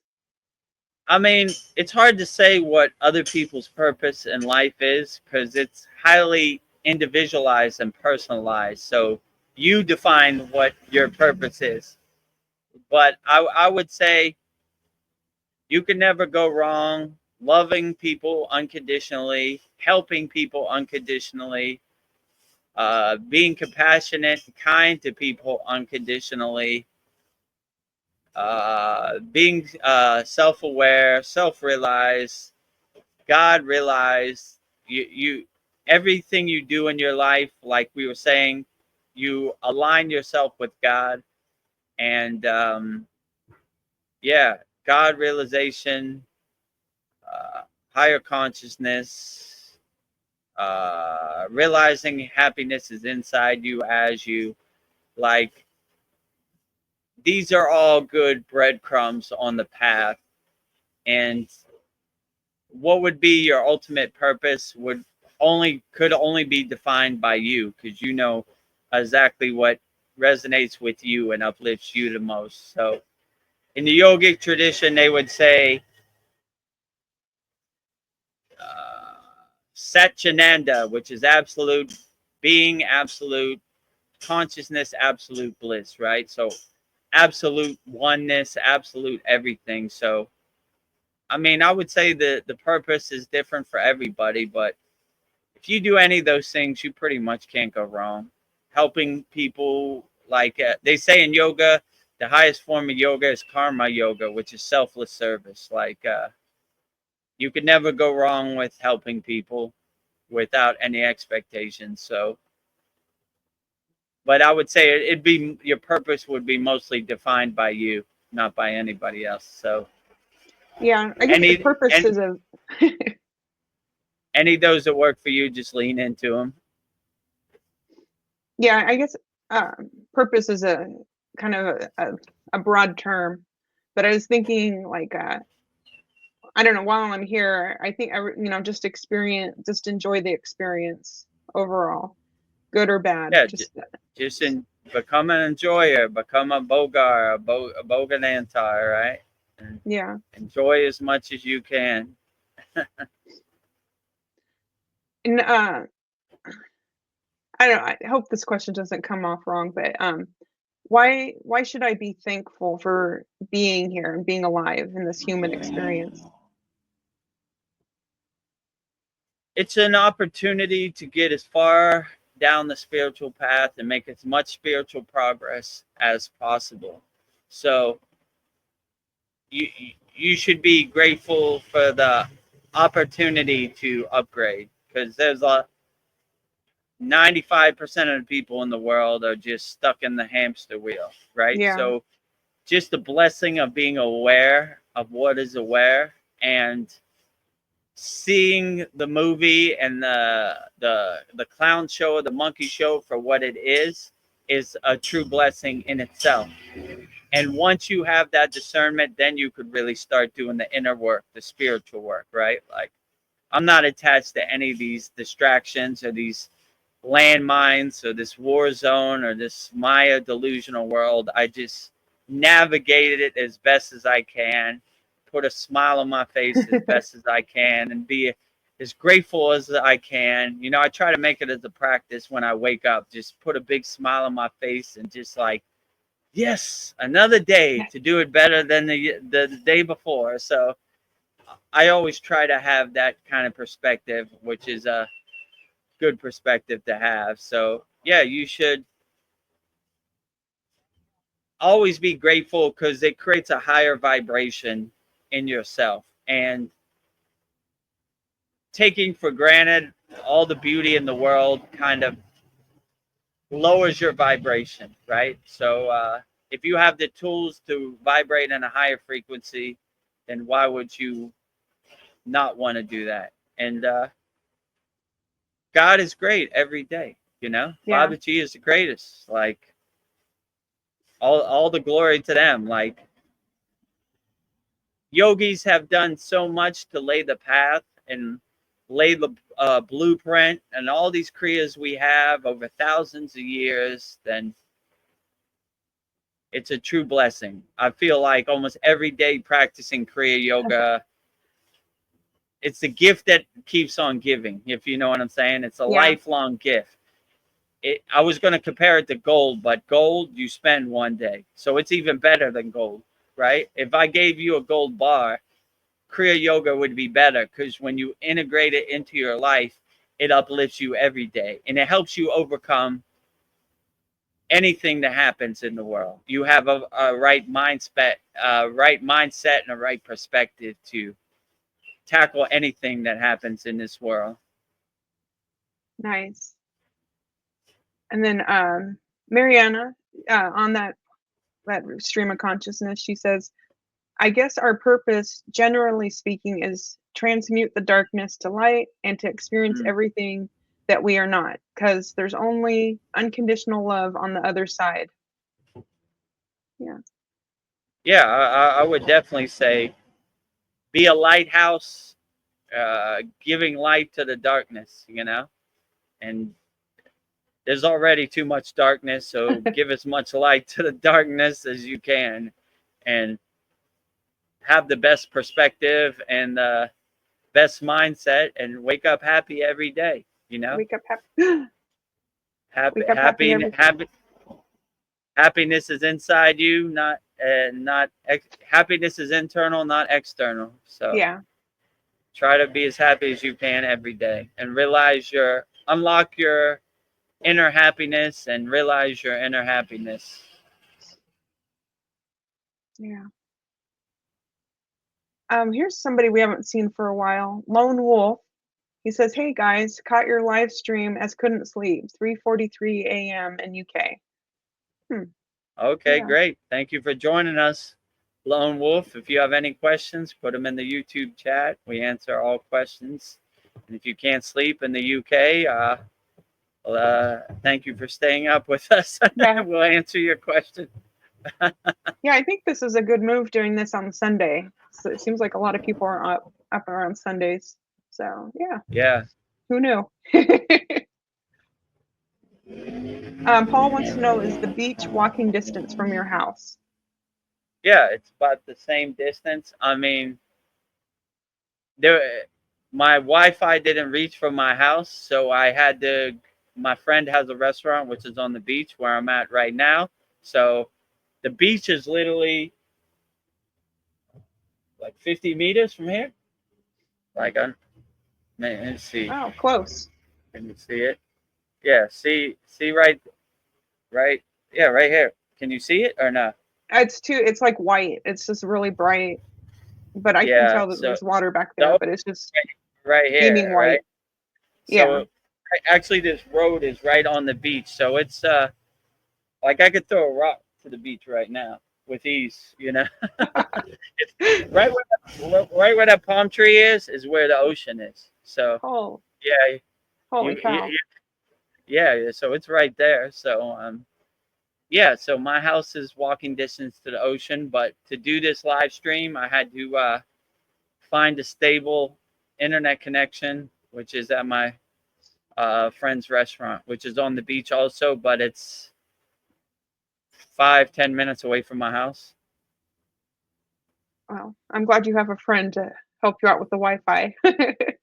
Yeah, that was the logistical thing about doing this. Like, no electricity, no Wi-Fi, shade, right? So this checks all three of those boxes, right? Steady Wi-Fi connection, electricity, and there's a tree right over my head to shade my head from being super burned from the brutal Thailand sun. So this seemed like the best place to do it. Lone Wolf says it's Monday here. Yeah, I guess it's Monday for you, VEDAGURUDEV, and Sunday for me. Yeah, it's Monday for me right now. What time is it? It's 9:47 a.m. for me, Monday, June 9th in Thailand. So in America, on the East Coast, I'm 11 hours ahead. And Lone Wolf says he work later for me, I'm afraid. I'm sorry you have to work. Yeah. Sandy says, I am loving the Sunday night stream. Thank you. We're going to do it again next week. Yeah. Do you think I should put more light on my face, or this is good? Yeah, I think you should put more light on your face because you've just been dark all stream, but it kind of gives you a mysterious look too. Maybe I'll try to figure out a way to get a light, you know, next week. Yeah. This is the first one, so you're kind of feeling out the logistics, right? Like, yeah. All right, let's try it. You know, it's going pretty good, but there's some things I need to iron out, like more light on my face. You know, I don't know. I think is there anything else I should do? If you see anything else that would make this live stream better, put it in the YouTube chat. What do you think, Veronica? I think just maybe putting some more light on your face so we can see you. But I'd like you up close. It kind of reminds me of like the Babaji birthday, and yeah, it was nice seeing you up close. It feels more personal. So and the commercial that I have like a halo over my head from the light in my house. Yeah, people like that too. Yeah. But I was gonna try to do it on the ocean, but it just couldn't work logistically. The Wi-Fi wasn't steady, and the hotspot wasn't, and I would have to run a extension cord from here across the street, and you see all these cars would run over it, and so this kind of worked out. But yeah, it worked out pretty good, probably better than I thought. You know. No, this is nice, and I like the palm trees behind you. It's very pretty. So it's like it's a winner. And Lone Wolf says beautiful. So okay, it's agreed. So the only thing I need to do next week is get a light, so I can have more light on my face. Yeah. But I Okay, think got it's a it. home run. I think it's a home run as far as I'm concerned. I wonder Paul why says you no. can't see the ocean. It's like all I that think it. white, like right here, that's the ocean, and it Yeah, it looks white, but it's pretty green. Can you see the boats? You can't even see the boats, no, right? it's Oh, just you like can see. white behind you. Oh, I can yeah, see cars, a car behind you, but yeah. You see yeah, those cars there, right? Yeah. So I guess that's the ocean should be right here. This is all the ocean, but it just looks whited out, right? yeah. That that sun is too bright. This is all ocean here. I see some boats, but they're too far to see. Maybe can you see any boat? No, I No, don't see yeah, any boats. they're too whited out, but I Yeah. see some boats. Yeah, there's mountains over there, but it's too far to see. Well, maybe when we put light in your face, maybe that will help with I don't know, the Yeah, light. I maybe don't it know, could have a better. You could see more. All but right, next week I'm we got the light. I know I'm happy with this. I think this is cool, you being out in nature though. Yeah, it's worked Paul, out pretty good, better yeah. than expected. Paul says, nice. I'm going to set up a stand to sell fresh coconuts water to the tourists when I come to visit. Oh, there's a lot of Yeah, competition. I mean, yeah. a lady just passed who's selling Thai lottery tickets, and yeah, they have a With bunch of you'll see somebody they have like a coconuts. coconuts on their motorcycle, and they kind of drive around and honk at people and ask them if they want to buy coconut. Maybe next week I'll get a coconut. I'll put it Yeah, right here, and uh, I'll put it here and sip on it every once in a yeah. while. I'm drinking my coconut water. Oh, Lone Wolf, he wants to know, are you at a cafe? Yeah, it's like a restaurant, but it's closed on Monday, so no one's here. So it's just me. So my friend was like, if you come on Monday, no one will be there, so you won't interrupt any customers, or so you could use the Wi-Fi and Nice. electricity and everything. So it worked out perfectly. So it's Monday morning here, which are closed on Monday anyway, and Sunday night there. So yeah, it worked out. Yeah, I feel like it was meant to be. Everything's lining up. It was Oh, meant to be.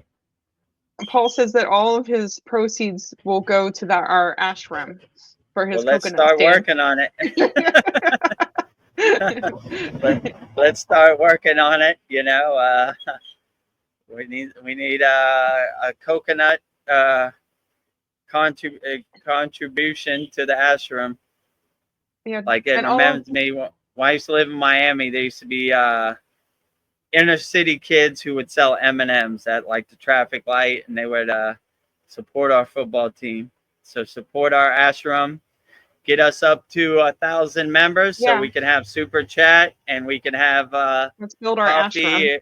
Yeah, we can get some donations in there on YouTube. If you're not subscribed, subscribe here, VEDGURU Dev at YouTube channel. Discover the secrets of Kriya Yoga, 100% free. Uh, freekriyayogamasterclass.com. Need help? Book a call with VEDGURU Dev, Kriya Yoga Masterclass.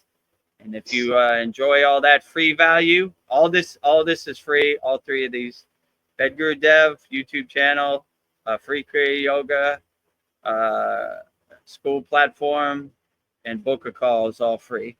And if Hmm. you like the value, then you could make a decision to join our paid community. But go through those free 3 steps, no cost to you at all first, and then we'll get to work. That's some Yeah, good win today. yeah, you got the Jai Babaji. Jai Babaji. Jai Babaji. Let me put my prana mudra up, soak in all that nice, enjoyable wind, that sea breeze. Wow, outstanding. Lone Wolf.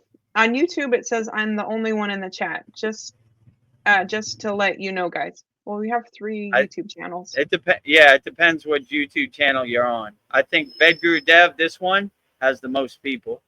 Because if you're on the other ones, not too many people go to those other ones. But Yeah, this is your main one. this is the main one right here. So if you go on the live stream there, you'll see probably a lot more people. I'm looking Yes. at the people. It looks pretty good. You know? So Yeah. I think you're on one of the other channels. There's definitely way more than one person on here. Paul, these will be Texas coconuts. Everything is bigger in Texas. They will love these. LOL. Oh, I don't know. There's some pretty big coconuts here. If a coconut lady's coming around, I'll show you a real Thai coconut. They're like this big, so they're pretty big. Like they're way bigger than like those, those brown ones that are really small. Like fit in your hand like an orange. These are like 3 times the size of an orange. So try to find a Thai coconut. There might be somebody passing by selling coconuts. You'll hear them. They got like a horn, like coconuts come coming get through. your coconut. Yeah, something like that. Coconuts coming through. So you might have some competition in Texas on the biggest coconuts. But I know they say that everything is bigger in Texas. Yeah. Texas is the biggest. Sandy, we're going to make your wish come true. Sandy, she says, I've never sipped from a coconut, but I'm ready. I'll get ready. Next week, I'll get a coconut and I'll put the straw up to this camera and you could sip a coconut. Or when we have our ashram, you can come to Thailand and we'll have lots of coconuts for you. We got to get ready to be ready. Yeah, this is our very first one, but we'll start working it out, And then Lone Wolf says, "Oh, I see. Thanks." And that was about the people on the live stream. He was probably on the Kriya Yoga School or pre-healing with Kriya Yoga. So VEDGURU Dev, we've been on for 2 hours. How do you feel? Are you really hot? How do you feel? No, I'm okay. Going? Okay. Yeah, I mean, I'm shaded by the sun, so it's okay. Besides, like, light on my face, like the other sad song, but it's good. This is a nice breeze. We can keep going for as long as you want, I guess, or till there are no more questions. Let's see. I think we're still talking about coconuts. I think Paul just had a question. Oh wait, he slipped in right before. Paul says they call coconuts buko in the Philippines. What's the Thai word for coconut? Oh no, that's a good question. I probably should know that. Buku. I don't even know. That's a good question. I should know that actually. But yeah, I don't know. Next sad song I have it prepared, like I don't know. Let me ask Google. Yeah. Translate. How do you say coconuts in Thai? English to Thai. I don't have a coconut. I just have a box.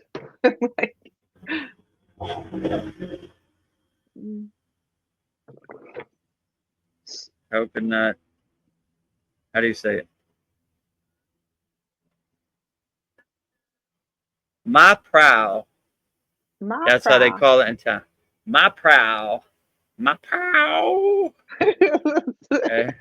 So if there are any Thai people, please correct me. I'm probably saying it wrong, but that's what it said on Google Translate.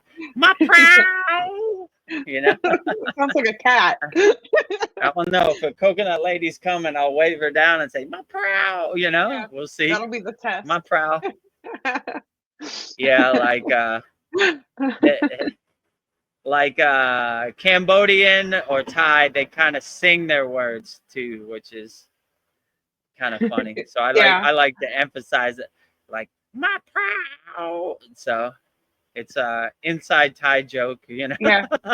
It's like everything's a musical. Yeah, and my friend said when they talk, it sounds like a dead cat. Yeah, it does sound like a cat. Papa. It's funny. Their word for cat is meow, right? Which is funny, right? Oh, meow. Meow. Right? Yeah, meow. Meow, meow. I just did that. My cat looked up at me. Yeah, I guess it works. They probably know better, right?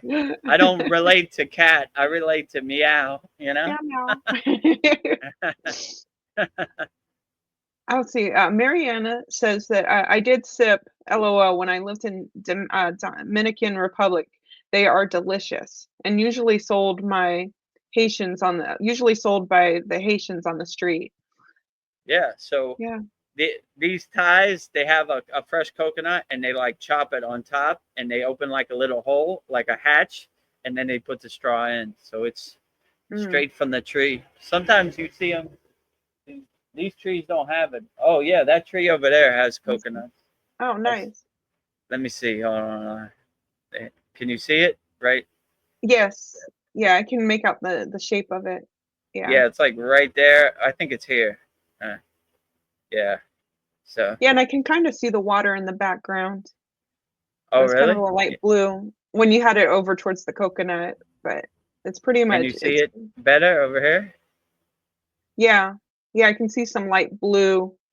Oh, that's like For the, that's like the skyline to Pattaya. Like okay. you could, I mean, in the distance you could see the skyline to Pattaya, which is the closest city. It's about 15 kilometers, but you could see where I live is in kind of a bay, and on the other side of the bay is the city of Pattaya. So Okay. yeah, that's probably what you could see in the background. Yeah. But maybe when I get a light, like this camera doesn't really work good with low light, as you could see. Like it, when I don't have the light on in my room, it looks terrible. But when I have the light on, it looks a lot more clear. So maybe next week I'll figure on getting a light so I can brighten it up and maybe you can see it better. But well, for yeah, this this is being the our first one. Yeah. Yeah, we're working it out. Yeah, I think for the first one, it's not too shabby. I think we did pretty Yeah, good. not too shabby, better than expected. You know, I Yeah. mean, once you do, you figure stuff out. You know, you could plan everything, but there's always going to be something that you forgot. Like Yeah. I actually forgot my webcam before I came here, so I had to go back to my house and I was like, I forgot the most important thing. You know, Yeah. like I remembered everything but the most important thing. So these things happen, you know, but the more you do it, the more you get a system and you get accustomed to what you want to do. Yeah, you called and let me know, but it was funny when you called me, I was about to call you to let you know I was there if we wanted to like practice, but I don't know. It's kind of like everything worked out. Yeah, it Oh, all works out in the end. yeah. Oh boy. Paul, he says, I finally stumped Vedguru Dev. Never thought I'd see the day. LOL. Paul, you stump me all the time, you know, like I believe me, I do not have all the answers, just to be clear. So yeah, you could stump me all the time, right? I am not the most fluent Thai speaker, you know. My daughter speaks fluent Thai, but I do not. So she is my personal translator, and she's not here. If she was here, I would ask her like, how do you say coconut in Thai? So yeah, sometimes you got to ask Google Translate, right? Yeah, this technology comes in handy. It comes in handy, especially in Thailand. So when my daughter's not around and I don't have a personal translator, I have to go on Google Translate and show them, and they show me back in English, and that's how we communicate. Yeah. But the basic stuff I could say, the more fluent stuff I have a trouble saying. So, you know, Yeah. I could say enough. I say like one words, like whole sentences and fluent, not good at all, you know, but they get the message, you know? Yeah. So So Just if I enough see to a get by. coconut lady, which I maybe will or maybe not, we'll see, and I'll ask her if my prow sounds right. Yeah, My see, prow. If she gives me a coconut, it's right. If she yeah, doesn't, it's not. yeah, no Or coconut, need or to work on it. sometimes they have like in Thai called pitches, right? So they have 5 different pitches, which drive me crazy, right? So if you say soy can mean beautiful, or it can mean street, Mm. or it could. Uh, there's like 5 different meanings for a word. So if you go, they have different pitches, which means different Oh, things. So wow. they all catch me like that, like, oh, soy, and they're like, you want a street? Or the funniest one is like klua means salt, right? Or klua means scared. So if I say klua, they'll be like, you're scared? Why? And I'm like, no, salt. Oh, I think we're joined by Paul. Oh. Namaste, Thank Paul. Thank you for Namaste. joining us. Namaste. Totally different situation over here. It's about to thunder. There's like lightning bolts, and I'm hearing a lot of thunder, and a few drops of rain are starting to come down. Yeah. Are you outside? Yeah, that's Yeah, why it's Oh, so maybe yeah, go don't get inside if it starts to really come yeah, down or rain. don't get electrocuted. Don't get hit by lightning live on our live stream. I mean, Yes. I have a question for you, VEDGURUDEV. You're a parent from Mariana. How would you deal with a minor child that doesn't listen, respect you, and acts like a spoiled brat? well, this is a difficult question that I'm going through also. Like Come on. you have to respect their individualism, their space, but you can't let them run wild. So I understand. I have a 15-year-old daughter who's gonna be 16 soon, and it's a hard thing to navigate because you want to give them their space, but you don't want to how could I say, control them or interfere with their space. You want to give them their say, but you want them to hear what you say. So it's a fine Mm. line to kind of balance, which I would like to know the answer to that myself. Paul, do you have anything you would like to add? Yeah. How do you deal with children that are spoiled brats that don't respect you? Well, yeah, I just had a little thing with my daughter, but yeah, I handled it by I addressed the problem that I was having with her. I didn't use any angry tone in my voice. I was just very Yeah. calm, and then I also threw out some compliments about what I liked that she was doing, so Right. that kind of helps balance it out. Yeah, that's good advice. Yeah. Yeah. Respect their space and give them their individualism out. Be a good listener, but state your points also, right? So give a little bit to get a little bit, kind of, right? Don't let them run wild. But this is a question I ask myself many a days also. you know, Having a 15-year-old daughter, it's a difficult time as a parent, Res- respecting them and giving them their space, but having them listen to you also. Like they just can't run wild and do whatever, So Yeah. difficult balance. I would like to know also. I'm working through it also. I know Sandy says my suggestion is kindness plus boundaries. So yeah. Yeah, I agree. Listen to them, but have them listen to you also. So be a good listener. Don't get angry. Have a calm tone of voice and just talk to them like they're adults. That's hard for me too because I like to talk to my child like she's always my baby. So Yeah. she doesn't like that I talk to her in the baby sense. Like, I'm not a baby no more, daddy. But you know, like, I'm always a house under construction also. So I need some good advice myself. I'm working on it. I'm trying to learn from my mistakes and be better. But that would be my advice, you know. But I'm working on it also myself. Well, Sandy says with other people's kids, there's often lots of negativity happening behind the scenes. Stay compassionate yet firm. And then she also adds, I'm Yeah. a former school teacher. Yeah, I agree with you.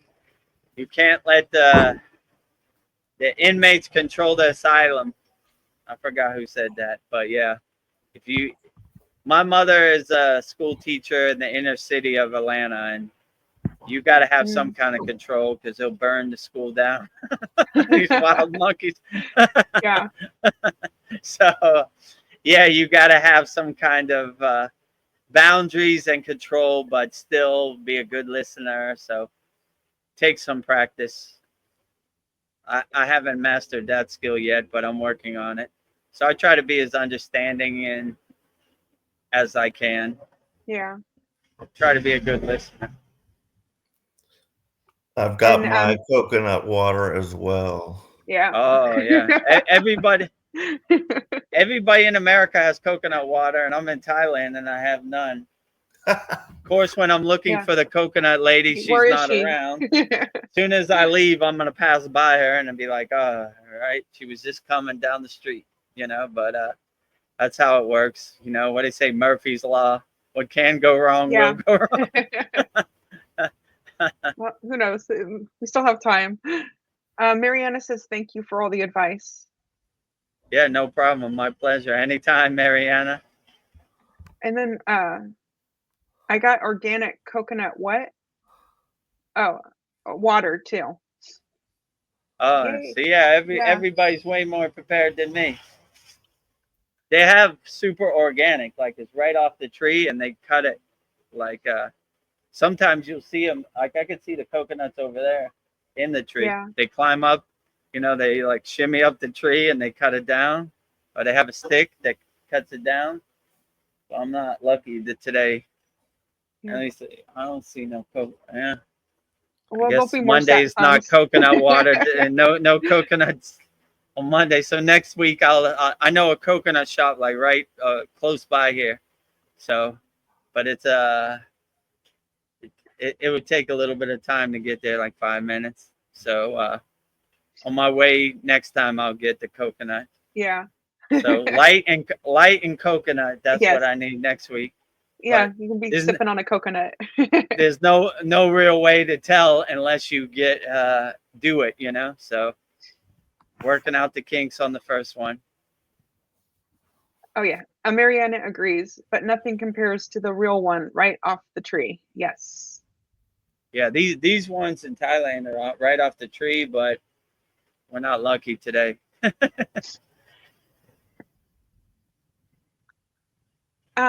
Let me see. I don't see any questions, so I'll start doing a question. And I also wanted to say, like, Paul, if you like this format, our Wednesday satsang we'll do outside and by my yagna. So we'll start doing all these outdoor. I think it's pretty cool. It adds a better element, you know. Sounds great. Would you say that our soul is our most precious item that we carry on ourselves? Our most precious possession? I would say, you know, and it's the most undisturbed or untouched thing also, right? Like your physical body can go through stuff, but your soul energy is always pure. So my guru would say, always bring your soul to the forefront and bring all the distractions to the background. So in these techniques, we're always trying to let our soul shine. And I would say our soul, our inner self, or our consciousness, however you want to define it, is probably our most precious thing. because it's untainted by the 3D physical world. It's kind of untouched. Like it always keeps its essence. Like even when you shed your physical body, your soul still remains the same. So I would say, in my opinion, yeah, I would say the most Yeah. precious thing you have is your soul. The most infinite or eternal thing you have is your soul. You probably shed this body at one point, but your soul energy would probably carry on and find a new vehicle to drive it around. So don't sell your soul. Like, take care of your Don't soul. sell your soul. No matter how much P. Diddy offers you, do not sell Yeah. your soul. When P. Diddy says he wants to you want to party, you have to say no. No. No. If P. Diddy said he dropped a quarter and he wants you to bend down and get it, do not No. do it. Don't drop the soap at P. Diddy's house. You gotta say no. Just say no, like Nancy Reagan said. Just say no. Yeah. Say no to drugs. Say no to P. Diddy's advancements. Yeah, I'm getting tired of P. Diddy. Like, Yeah. It's a clown show. Ugly. O.J. Simpson all over, Johnny Depp, whatever, you know. Yeah. I mean, some people like this. I'm just like, tune it out, you know. Yeah. I feel like it's a distraction. We're looking at that. Maybe there's something else we should be looking at. I feel like it's all a distraction. So. Yeah, for sure. Speaking of the show, there's now a large feud between Elon Musk and the president. Oh yeah, It's fake. I saw that too. Yeah, that's what that's they say. They show. say, you know, that's all part of the show, you know, and later they're going to become friends again, or it's for some certain reason or something like that. But there's something they want us to look at. So yeah, yeah, that's true. You know, like focus on the feud between Elon Musk and Donald Trump. Don't look over here because we're doing some shady business. Yeah. If you know, you know, they're I don't know, they're psyops, and you know, they're anytime they tell you to look over here, you got to question that. I would immediately look over here because what are they trying to hide? You know, maybe they're sneaking aliens in, or I don't know what they would do. But yeah, so I don't know. I trust. I question all their narratives, but yeah, best friends today, enemies tomorrow. It's a crazy season on America, you know. I watched one show. It was like that. I forgot what it was called. I only watched like one episode. It was called Succession or something like that. And the guy who owned the big corporation, his children wanted to take it over it, and they were all stabbing each other in the back. I was like, man, this is crazy. Yeah. Your own blood, you stab in the back, push them down the stairs, throw them under the bus, whatever. I was like, man, I don't know, you know. But I guess I was never built for corporate America. I don't. Yeah. I'm not a good backstabber. Mariana is a fan. She says, I like the outdoor live streams. Let's do it again. Yeah, so we'll do this every Sunday night, 9 p.m. Eastern Standard Time. And even our satsang we'll do outside this week. So if people approve and they like the atmosphere, then we'll do all of our live streams outside from now on. And then, this is a good comment. Joe Kansas, he says, namaste and thanks again. VEDGURUDEV, hi to Paul and Veronica. Your videos have been helping me with my pain. Good. Yeah. Yeah, so Joe Kansas just joined our paid Kriya Yoga community and helping him overcome the pain he's going through, physical pain right now. So he told me on the call that our videos he watches when he goes to sleep, and they really help him navigate his pain and overcome his pain. So I appreciate that. You know, I'm glad we're affecting people out here and bringing light and positivity to them. So whatever they're going through in the present moment, we can overcome. So Yeah, I think that's why I show up every week. I think maybe our conversations are helping people, and then we get a Yeah, confirmation like that. So it's like yeah, we're doing. definitely. And Joe Kansas, if you click on the StreamYard link, you could come on here live with us, me, Veronica, and Paul. So there's two links that I send to our paid members. One is a YouTube link because some people prefer YouTube, and one is a StreamYard. So if you want to come on screen, click on that StreamYard link. We'd love to have you anytime. Yeah, all are welcome. All are welcome. On the Mariana subject, has a question for you, Paul. okay. Paul, do you believe 47 is on Epstein files? But yeah, their feud looks staged. No, I was watching David Wilcock today, and he said he looked that up, and he had an insider that knew about what's on the Epstein list, and he said Trump's not on there.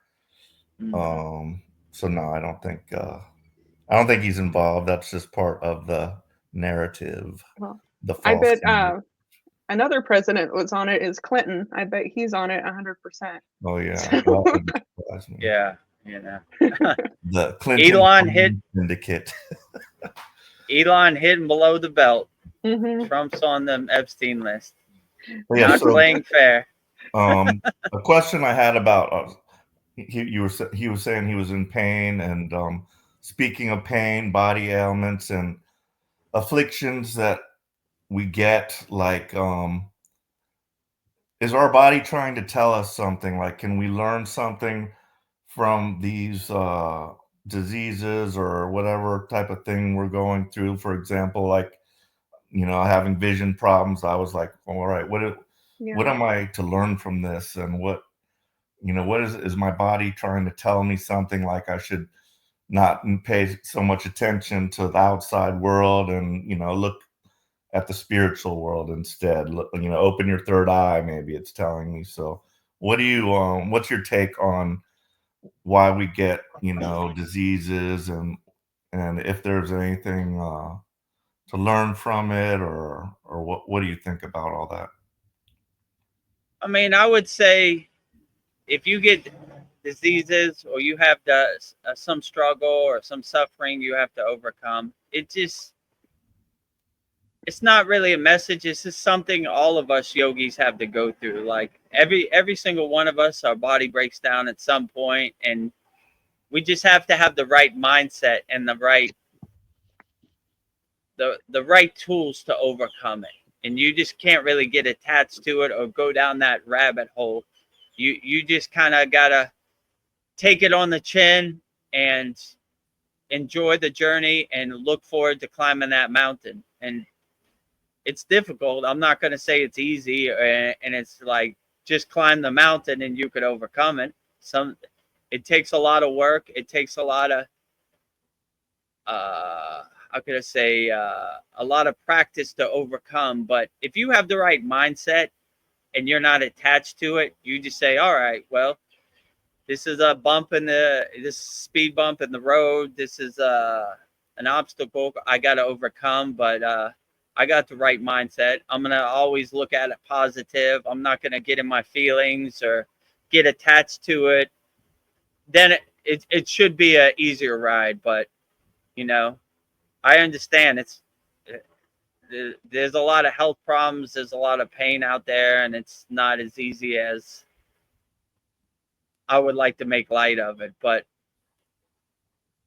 as far as your body telling you something, I mean, it could be a number of different things. It could be body telling you, don't get attached to this.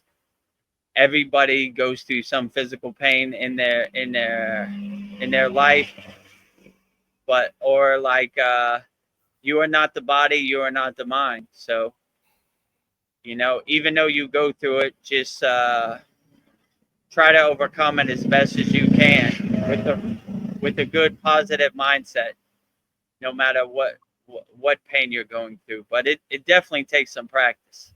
Like, it's very hard when you're in a painful state to meditate, because that monkey mind it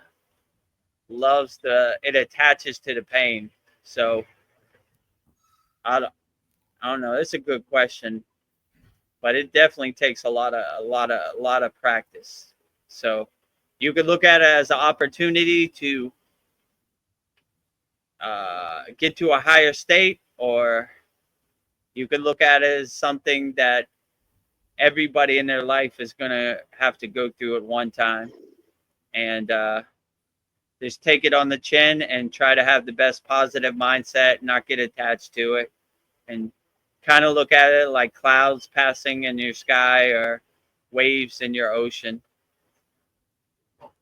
But Great. Sounds like good advice.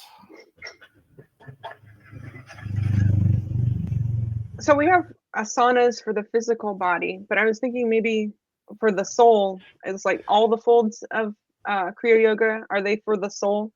Are they kind of like everything works for the soul in a Kriya Yoga? I mean, I would even say asanas are for the soul Yeah. too, also. So if you use them properly in a spiritual way, it's a great spiritual experience. Yeah, so I would say for the soul, everything kind of stacks on top of each other, right? Because like I just said, if your body's in pain, you're not going to feel like uplifting your soul. You're going to try to get out of that pain. So it's good to kind of dissipate the pain first, because if the monkey mind finds you have pain, it's going to attach to that and it's going to amplify it, and it's going to be hard to get in a soulful, uplifting, soul shining kind of way. So I would definitely say, but all these kriyas really help your soul. Like, how can I say, the asanas for the physical body help your soul. The breath work, the pranayama, the breathing really helps your soul. The meditation, mastering your mind, really helps your soul. The sound vibrations from the mantras and the bhakti really create the atmosphere and the vibration for your soul. The divine oneness and the connection to your soul, and the pillar of light streaming down to your soul. So Yeah. I would say they all kind of stack on top of each other. There's no one better than the other. It's kind of a overall kind of well-being. Like I liked when you said it's like a gym for your soul. So like, It really is. you know, in the gym you have everything, right? You can't just do curls. You gotta do a cardio. You gotta ride the bike. You gotta lift weights. You know, so there's like a smorgasbord of everything for your soul. So yeah, that is the easiest way to put it. A gym for your soul, Kriya Yoga. Yeah, I guess the soul's like a muscle you got to work at. You got to strengthen that soul. Takes some work, especially it's been sleeping most of your life. You got to kind of bring it to the forefront and bring the distractions behind. So it takes a little bit of work, but if I could do it, anybody could do it. On our last song, Sandy, she had an interesting question, and I've been thinking about it, about creativity in for your spirituality. But I was thinking, when we're creative, I feel like that's when our soul, you get to see your soul when you're creative and you're loving. I feel like that's when your soul is shining, because it's I feel like that's a way for your soul to express itself, like through creativity, every form of creativity, even like speaking. Yeah, I agree. When you get into a flow state, it's almost like your soul is shining and guiding you no matter what you're doing. Like if you're painting, you're making music, you're dancing. When you get into that flow higher state, it's almost like your soul is guiding you. It's like I got it from here. So you just kind of witness your soul kind of driving around and guiding you and getting you into a flow state. So yeah, when you get into that higher awareness or the higher vibration, your soul just kind of takes over, and it almost becomes like a witness process. Yeah, and like maybe somebody who doesn't seem that attractive, when I start talking to them, they seem like the most attractive person to me when I'm not like looking at their body. Or I'm like, wow, you're really beautiful. I love your soul. You're like the most beautiful thing I've ever seen. That's when you see like the soul shining. Oh yeah, I'm sure they appreciate that, because sometimes you need somebody from outside the box to recognize it, and then it Yeah. kind of wakes you up too. Like, oh yeah, I do feel pretty good. I do feel like Yeah. I'm glad somebody could see that externally, and I can't see it, but it's a good confirmation and really helps uplift you in the present moment also. Yeah. What was something else I was thinking about?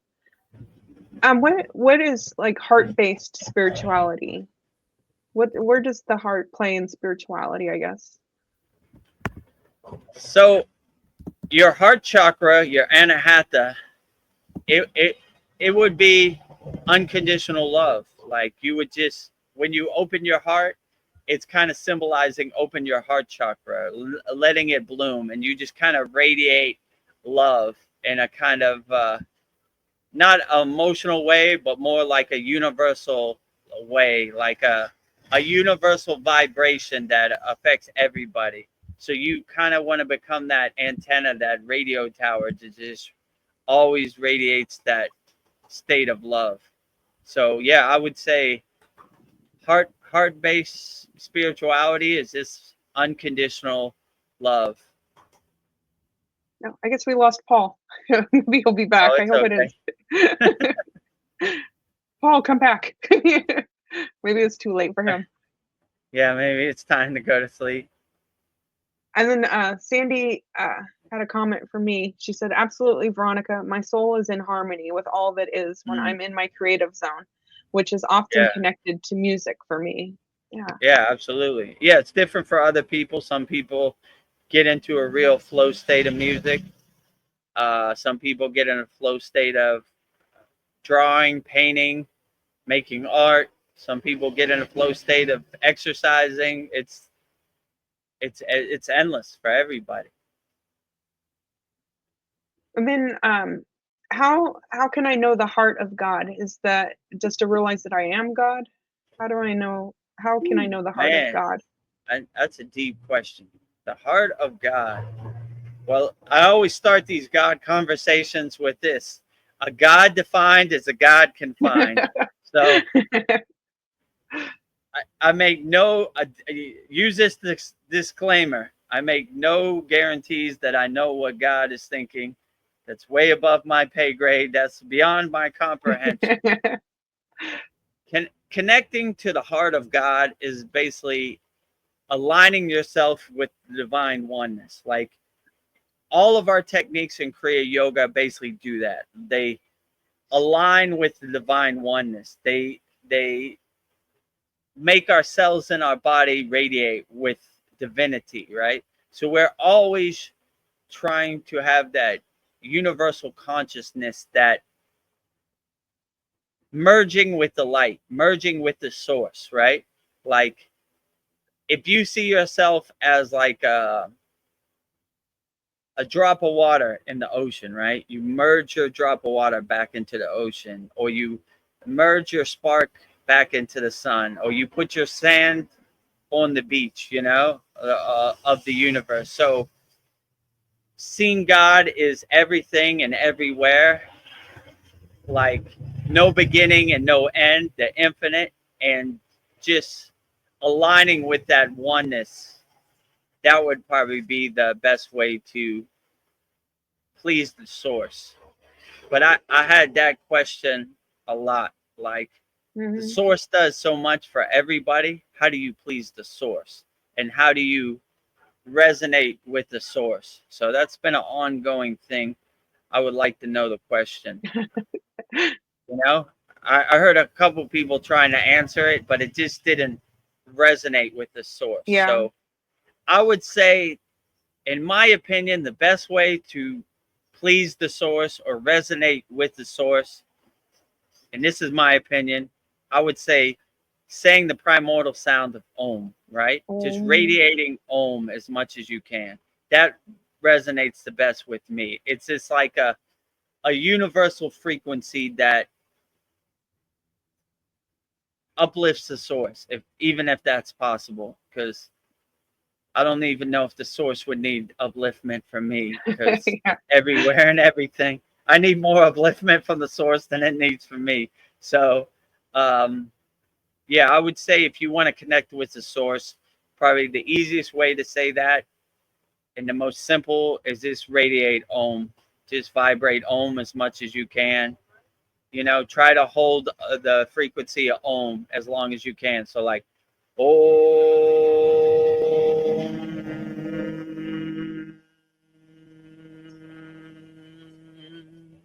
Then take a breath and do it again. So try to hold that that sound syllable, that bija mantra, as long as you can, you know, and vibrate it and align yourself and connect with the source. That's what I would say. Yeah, that's nice. Let's see. Paul says he's switching back to YouTube. I'm glad you're still here, Okay, Paul. great. And then we have a new person, Richard Cardinale. Hi, everyone. How can we stop distraction when it becomes a real addiction and it hurts to face ourselves? That's a good question. Yeah, so Ritual Cardinal, make sure you subscribe, Vedguru Dev.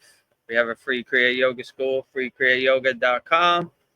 If you need help, book a call with Vedguru Dev, kriyayogamasterclass.com. Okay, yeah, put the question back up. We got another one. How can we stop distraction becoming a real addiction to it hurts to face our okay, so yeah, so distraction, like I said many times before, but I'll say it again. My guru used to say, Vedguru Dev, you become a master of distraction your whole life. You've been collecting all these distractions. So now it's time we let go and go back to zero. So how we would stop distraction, the easiest way to say this, we do a practice in Kriya Yoga. Like when you first get initiated in the Kriya Yoga, the very first practice they teach you is called what's called Sudhi. Sudhi means purification or cleansing. So you basically cleanse your distractions, you cleanse your monkey mind, you cleanse your mental clutter by doing this practice. And I'll show you how to do it. So basically a distraction, a thought comes into your head, you witness it, you acknowledge it, then you detach, let it go. And you keep doing that till you have no distractions. And this is very helpful in meditation because this is the mistake most people make in meditation. They just try to meditate and close their eyes and they have a hard time concentrating because the monkey mind is so powerful. So you got to clean the monkey mind first before you go into meditation. So anytime you become a master of distractions, you go through this practice of Sudhi, which is basically detach, let go. Detach, let go. A thought comes into your head, like to say, what am I going to eat for dinner? Detach, let go. I wonder who's going to win the NBA Finals. Detach, let go. I wonder what Kim Kardashian's going to wear to the Grammys. Detach, let go. Detach, let go. I wonder what President Trump and Elon Musk are talking about now. Detach, let go. Detach, let go. Detach, let go. Detach, let go. As much as you can. In the beginning, it's going to take a while because you've collected a lot of junk. But you'll get to a point where you could clear out your mind with no distractions. Once you're clear, then you go into meditation and you'll have a profound dynamic meditation. But this is a good technique to clear out all the distractions. So I would just say do this technique of Sudhi, just detach, let go. And you kind of witness the thought and acknowledge the thought, but don't attach yourself to the thought. Detach, let go.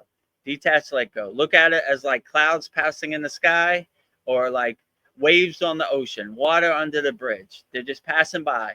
Don't attach to them. Don't try to make sense of them. Don't try to go down a rabbit hole. Detach, let go. Detach, let go. Detach, let go. Detach, let go. Detach, let go. You know, until you're clear. When you have nothing, that's when you go into meditation. So, yeah, this is a good question. So hopefully this answered your question, Richard Cardinal. And yeah, join Vedguru Dev, subscribe to our channel, and join our free Kriya Yoga School, kriyayogamasterclass.com. 100% free, you know, it costs no money. And we'll get you on the path of Kriya Yoga and we'll clear all those distractions.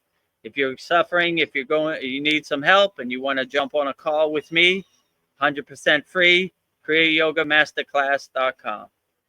And if you like the value we give, then you could join our paid community. But I would go through the free stuff first. And when you're ready to actually start practicing Kriya Yoga, let's get started. Yeah. And that goes for everybody on our YouTube or who watches this later. And we have Zain Hamid. He says, hello, namaste, everyone. Namaste. Hello, Zane. Namaste. Namaste to you also, Zane. At Zain Ahmed. That's his. I think he's a member of. Of our So they're school. talking to each other. Yeah. Okay. I think Zane is a member of our free Kriya Yoga school. So Zane, if you want more help, you want more personal coaching, join our Kriya Yoga Masterclass, and I will definitely walk you through the steps, personally coach you, individualize a plan, personalize a plan for you, and let's get to work. Whatever you're going through, suffering, let's fix it. Let's overcome it. I think Zane sent me a message also. Well, Zain has a question for you. He says, Guru Dev, Jai, from where I can get Diksha? Is it important to get Diksha, or first I should learn the basics of Kriya Yoga? Well, that is a good question. So I would learn the basics of Kriya Yoga, like go through all the classes in the free Kriya Yoga school. Once you've done everything, and if you want more, in our Kriya Yoga School Masterclass, we give mantra diksha. It depends what diksha you want. There's a couple different dikshas. There's name diksha, which I got. That's why I'm named VEDAGURUDEV, and there's mantra diksha.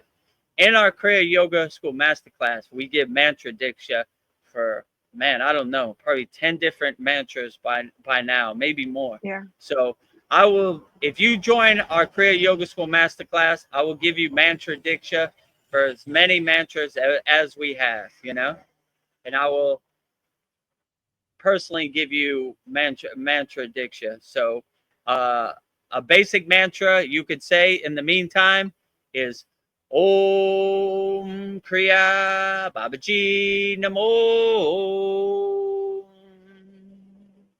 So this is called Babaji's Mula mantra, and I would just practice that in the meantime. But if you're ready to get numerous mantra diksha, join our Kriya Yoga School Masterclass, and I will give you every single mantra that we have in our class, which is numerous. And we have some very powerful ones that we share in our class, but we don't share it on live stream. So for free, I would practice the basic Babaji Mula mantra, which is Babaji's phone number. And if you want more powerful diksha, I would join our Kriya Yoga School Masterclass, but up to you. But I would definitely say if you're going through something, go on a call with me, and let's overcome your problems. I got your email also, so I'm aware of your problems you're going through in the current moment. So let's overcome it. Let's fix it. Like I said earlier, best time to plant a tree 10 years ago. Second best time today. So let's get to work today, and let's climb those mountains and overcome whatever you're going through in the present moment. And we would love to have you a part of our Kriya Yoga School family. Yeah, I love the mantra diksha. I've just asked you, like, can I have Kali, and you just gave it to me. So I think if I asked another guru, he might be hesitant to give me Kali. We don't have the guidelines and the laws that other schools have. They're going to tell you wait 5 years for one mantra. We give every Kriya, every mantra wholeheartedly. If you make the commitment to join our school, we make the commitment to give you everything you need. We don't want you to wait, or we don't want to upsell you on anything. Just $50 a month, you get everything. And there's hundreds of Kriyas, and it would take you months to go through everything. So let's get to work today. So if you're going through something and you think Kriya Yoga can help, let's get to work. I'm ready to help you anytime. So I would If you've already gone through the free school and you're ready to upgrade, I would book a call with me, kriyayogamasterclass.com. Calendar will come up. You click on the red button, book a call. A calendar will come up. Pick a time and a date where you're available, and I'll go on a call with you, Zane, and we'll try to solve all your problems in the present moment. Sandy says, I'm signing out for the night. Thank you again, Vedguru Dev and Veronica and all. Peace and gratitude. Thank you, Sandy, for joining us for our first ever Vedguru Dev Soul Talks live from a Thailand beach. We're glad you could join us. And yeah, Wednesday, 9 p.m. Eastern Standard Time, we'll be doing our satsang outside also. So I'm glad you like this format. I'm glad you like the outdoor atmosphere, and so we'll keep doing it. I've got two parts, like a question from Richard Cardinale, so I'll just give them to you. Okay, Richard great. Cardinale says, yes, it's pretty good advice, thanks. But what if it's more habits, like watching YouTube for hours? I don't have much thoughts coming. I feel I'm just a zombie repeating itself every day. Yeah, so if it's YouTube or whatever, I would just realize that this doesn't serve you in the present moment. You know, watching hours and hours of YouTube, besides Vedguru Dev channel, that's perfectly fine. You know, watching hours and hours of YouTube isn't helping you do your inner work in the present moment. So if you want real techniques, I would join our Kriya Yoga School. I mean, if you're brand new to Kriya Yoga, I would go to the free Kriya Yoga School, freekriyayoga.com, and go through the classroom and get a basic framework of what Kriya Yoga is and how it works. And then we could start mastering your mind, and we could start overcoming these distractions. But basically, to make a long story short, I would say realize that this is this candy on the internet. It doesn't do your inner work for you. It doesn't really serve you in the present moment. So I would focus more your attention and your energy on things that uplift you in the present moment and serve you in the present moment. So what Jake Paul does on his YouTube isn't going to help you do your inner work. It's this mental candy for you to see. So don't get attached to it. It doesn't define you.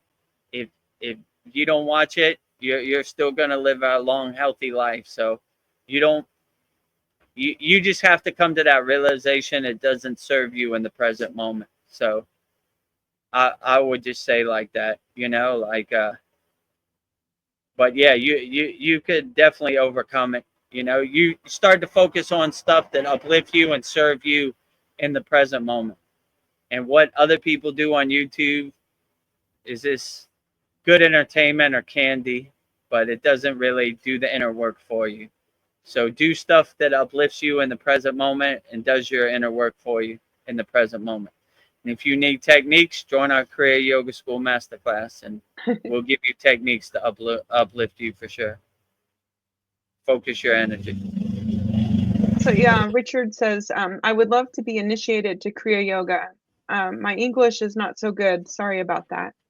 Oh. You would love to be initiated into Kriya Yoga? Well, I would love to initiate you into Kriya Yoga. So if you join our Kriya Yoga School Masterclass, I will initiate you 100%. You know, and every 3 months in our Kriya Yoga School Masterclass, we have a certificate of completion. And this Saturday, Veronica paints all the paintings in. Veronica's an excellent painter, and yeah, so we just had our 15-month certificate, and yeah, if you join in the next 3 months, you'll have a 3-month completion certificate, which is excellent. So let me initiate you into Kriya Yoga. All I ask is you join our Kriya Yoga School Masterclass, and I'll coach you, and I'll walk this journey step by step with you like I do all of our members. And whatever you're going through, I will overcome with you. So let's get initiated into Kriya Yoga. Everybody who watches this, I will initiate you into Kriya Yoga. That is my promise to you. So if you make the commitment to me, I make the commitment to you, and we'll walk this journey together. You know, I want to see all of our members get results, and it, you know, get the benefits, and it be effective to them. You know, so Yeah. I don't want to sell anybody the Brooklyn Bridge. If I don't get you the results, it's canceled. But if I get you the results, let's walk this journey together for as long as possible. Sounds great. Mariana has something to say to Richard. I know it's a simple advice, Richard, but try to reconnect with nature, set up a hammock in the forest, listen to its sounds, go to the farm, interact with animals, hike in the national park. Yeah, that's good, excellent advice. Yeah, reconnect with nature, ground yourself with nature, anchor yourself with nature, enjoy the sun, enjoy the breeze, enjoy the ocean, enjoy the trees, enjoy the birds, enjoy everything as much as possible. And you'll begin to see the finer things in life for free, you know? Yeah. So just get out there and enjoy yourself. And in my case, I learned that things I take for granted are the most profound things. So once I started becoming aware and lifting my vibration, then I really started opening my eyes to the things that are around me. They became more vivid and more powerful and more colorful. So yeah, nature, birds, waters, trees, and you know, just go outside your house wherever you live and open your eyes to the beauty of the world. Richard says, thank you so much for your kindness. Oh. No problem. My pleasure. I'm here to help. If I'm lucky, please give me the opportunity to help you. I would Yes. definitely love that opportunity. But yeah, my pleasure. This is my true blessing, my true mission to help as many people as I can. And Zain Hamed, he says, I will make my first call to Babaji by this mantra, which you mentioned. Done. Yep. This is his phone Okay, number. you got your first mantra diksha right there. Om Kriya Babaji Namo, right? So yeah, make your call to Babaji. You know, Om opens up the universe, and you have a direct phone line straight to Babaji. Say it as much as you can, no limit, right? Yeah, and we call him in our classroom every Saturday. We all get to do it. Or We Mataji. collectively call Babaji, and it's a beautiful thing. We have great vibration. We have a great mantra japa leader. Yes. We have great pure energy. So yeah, if you would like to be a part of our weekly mantra japa and our Kriya Yoga School Masterclass, we would love to have you. Mariana says, and join VEDAGURUDEV'S path on Kriya Yoga. Join us. She concurs. Yeah, join us. Mariana's there also. You know, Veronica, we're all there. And when you join our Kriya Yoga School Masterclass, I give you the link to come on the screen. So you could ask in real time whatever you want, as long as you want. So, and we also, this Wednesday, we have a Holy Yagna fire where we're going to burn away all of our members' problems. So that's a good one also. Yeah. Richard says, Andromeda or Mariana, thank you. So just wanted to give you a shout out. I agree with you, Andromeda. Connect with nature and learn wisdom from nature. Yeah, good. And so Richard Cardinal wants to make sure he's saying this right. If he spelled it right, Om Kriya Babaji Namo Om. Is that right? Yeah. So he says Om Kriya Babaji Nama. Yeah, just Om at the end. I'll say it again. I'll say it 3 times so you can hear the rhythm. Om Kriya Babaji Namo. Om Kriya Babaji Namo. Om Kriya Babaji Namo.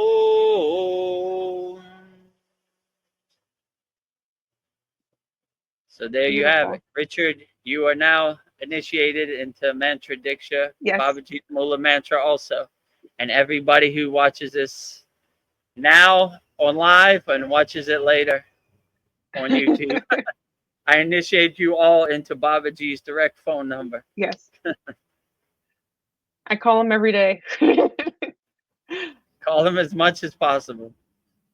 Zain Ahmed, he says that's beautiful. That's a beautiful beach, Guru Dev Jai. You are blessed. Yeah, we are transmitting live from the beach in Thailand. So, yeah, I do feel pretty blessed to live right next to the ocean and the mountains. So it's a true blessing. Yeah.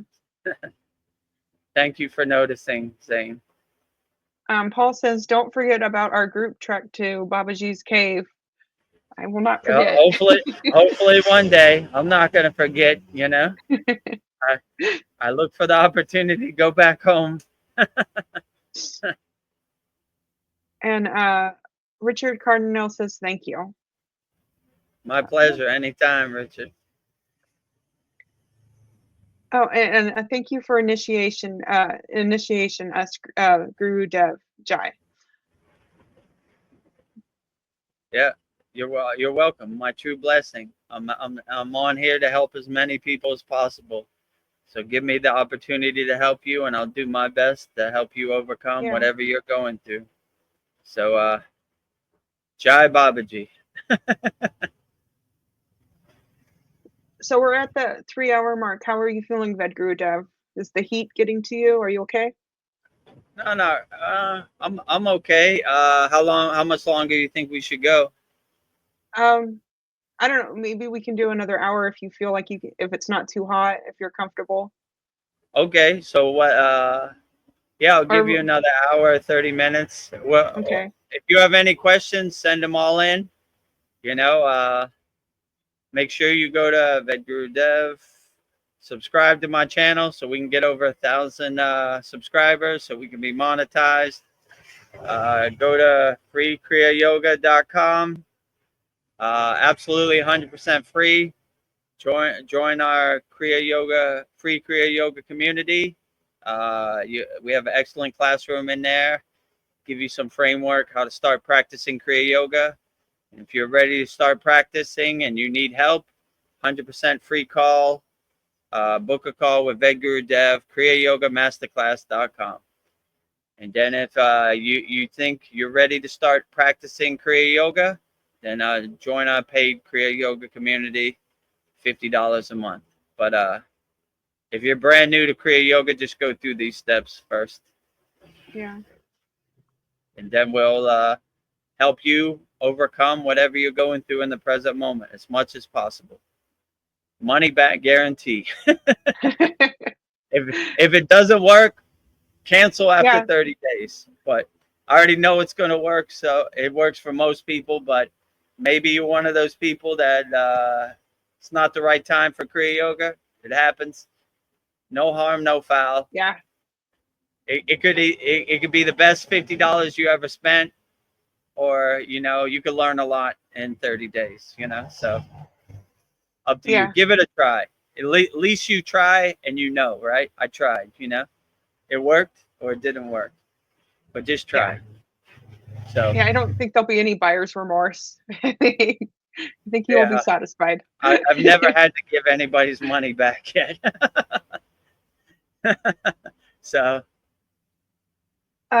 Andromeda, Mariana, Richard says, you were saying, and Mariana says, you are welcome, Richard. You are always welcome and no judgment. There's no unconditional love with a judgment. Love your neighbor as yourself. None of us are perfect. We are eternal students. Yes. Yeah. What I always say, I'm a house always under construction. So even me, I'm not perfect. I built something that maybe I need to tear down. I'm still working on it. So I'm feeling my way around the dark, but if I could do it, anybody could do it. So I want to be the poster board for the most unlikely Kriya yogi ever. So if I could do it, I just did the inner work. There's no secret, you could definitely do it. better than me, I would say. Nice. I don't know. I was thinking about the heart, and I was thinking like symptoms of an imbalanced heart chakra could be like loneliness, jealousy, difficulty trusting others, emotional numbness, trouble forming healthy relationships, inability to forgive others. How would you, what would you say, how would you heal the heart chakra? Because I think these are things that we all experience. Well, to heal the heart chakra, I would definitely open your heart chakra with unconditional love, you know? And yeah, just to heal the heart chakra, when your heart chakra is closed or blocked, you would feel those type of ways. But in our Kriya Yoga School, we have a excellent class which gives you the sound syllables or the bija mantras to unblock your 7 chakras. So you need to clear the blockages and let your heart chakra, which is like a green flower, blossom and open, right? So instead of having it closed, you need to kind of unblock it. And we have excellent sound syllables that unblock it, right? But I wouldn't just unblock the heart chakra. I would go from the root chakra up to the heart chakra and keep going up. So there was a question in our class this week. If your heart chakra is closed, what do you do? And you just keep saying the bija mantra as much as you can for the heart chakra until it opens, right? In the beginning, it might take a while, but just keep doing it till you feel it clear, right? Some people have a lot of trauma in the heart chakra. It takes a little while, but keep saying the bija mantra till you feel it clear, right? And it'll be like a breath of fresh air. It'll be like a flower blossoming, and you just say, okay, all right, now it's open, right? So anytime you feel that, I would see it as a sign that your heart chakra is blocked, right? And just unblock it as fast as you can. And if you don't know how to unblock it, join our Kriya Yoga School and I would definitely unblock it for you. I will walk you through the path. We have excellent videos on it, show step by step what to do. Nice. I was thinking about if breath is life, where does breath come from? Is everything around me? I have air around me. Is everything around me life? Yeah, so I would say breath. I like when they say in yoga, like you are the animation and God is the animator. So like God helps you through your breath. I would definitely say. So like if you align yourself with oneness, your breath becomes a spiritual divine thing. So God is breathing the life into you as you. So that's why they say in Kriya Yoga, the pranayama, the breath work is the most important thing. So anything we do is a godful alignment thing. It's like your inner divinity is embedded in the breath. So breathing is a spiritual thing. It's like God animating your body through the breath. So that's why they say pranayama is the most important thing, because it's the most, without breath, you have no life, you know? So to animate your body, you always need the breath first. So that's why they're always saying, do your pranayama breath work first before you do anything, because that's the most important.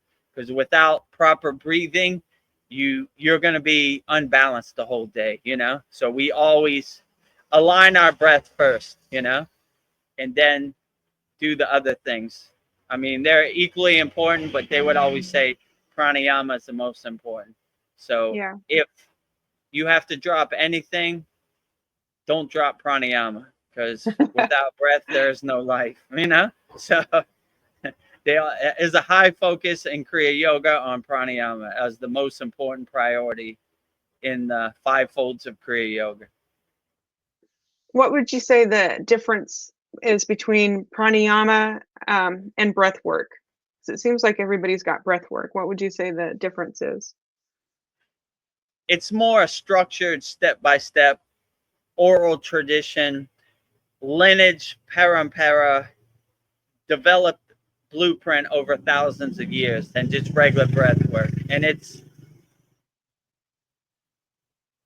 more directs your prana and collects your prana than breath work. So it's like embedding prana in your breath. So it's like collecting it and nourishing your body through the proper techniques of Kriya Kundalini Pranayama. So I would say,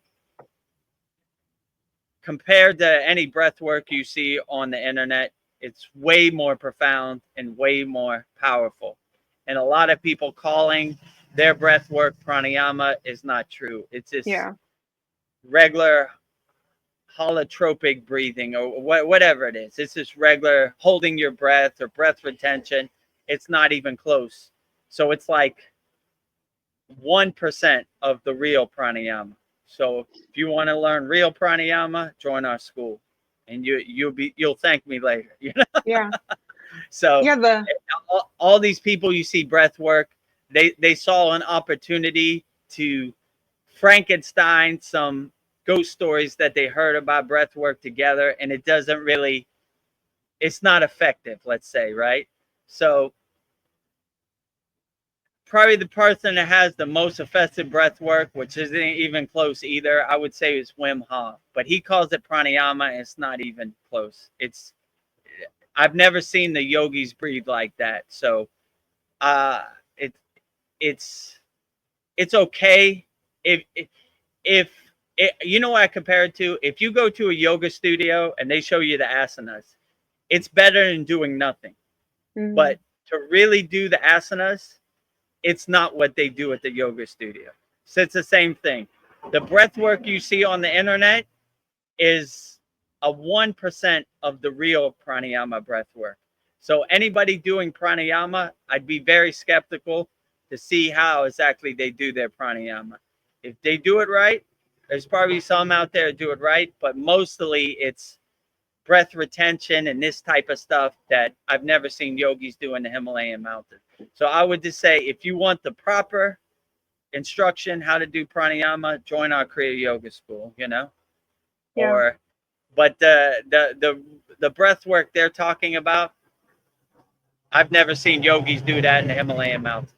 And they definitely wouldn't call that pranayama, you know? So without giving out too much, we have a step-by-step approach. You know how we do it, Veronica, obviously. Yeah. So it's a process, but if I could do it, anybody could do it. So if you want to learn the real pranayama, join our Kriya Yoga School, or you'll get some basic framework if you join our free Kriya Yoga School. You'll know more about breath work than they'll teach you. Let's say it like that, in the free school. So our free school classes are way more powerful than probably anything you'll see on the internet, I'll say. So, but yeah, you know, try it out. Maybe it's not for you, maybe it is. So all right, yeah, so that's basically what I would say. But yeah, you're right. Like, the buzzword of breath work or like pranayama, a lot of people say it, and you know, I'm like, nah. You know, like I never seen a yogi do that, or sadhu, or any enlightened being do that. So like they have a way that they do it that isn't shown on the internet, let's say it like that, besides our school. Yeah, the pranayamas are very powerful, and I would want to learn how to do it right. And like, I think if you do it right, you can heal yourself. Like you said, the yogis in the Himalayan mountains, nobody's coming to save them, and you can use your breath to heal yourself. Right, that's how they heal themselves. They heal themselves for the pranayama. So if you break your ankle or you twist your knee, ain't no doctor coming to help you. You heal yourself. And maybe if you're lucky, you're traveling with the group and they heal you collectively. But, you know, still, we do the inner work and we heal ourselves. So we don't need to go to the doctor and tell us about our body. We tell ourselves about our body. So we give you the techniques and heal yourself. Be the best yogi you could be. Yeah, and the yogis, they hold their breath. Is that because they're saving it, or why do the yogis hold their breath? Depends. It's called kumbhaka. Sometimes they do it to enhance their state, Okay. but most of the time they don't. There's no breath retention, you know. They like the prana to flow. They don't like to stop the prana, you know. So mostly there wouldn't be no breath retention, you know. So, but sometimes there's cases where they do kumbhaka where they are trying to hold that state, you know.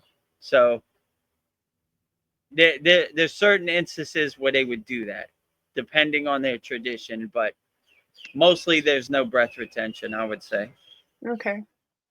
And then I was thinking, like, is the breath work why it seems like the yogis live longer? The breath work kind of helps you live longer? Yeah, that's a good question too. My guru used to say, how would I put this? He used to say a turtle lives to 120 years because the turtle takes very few breaths.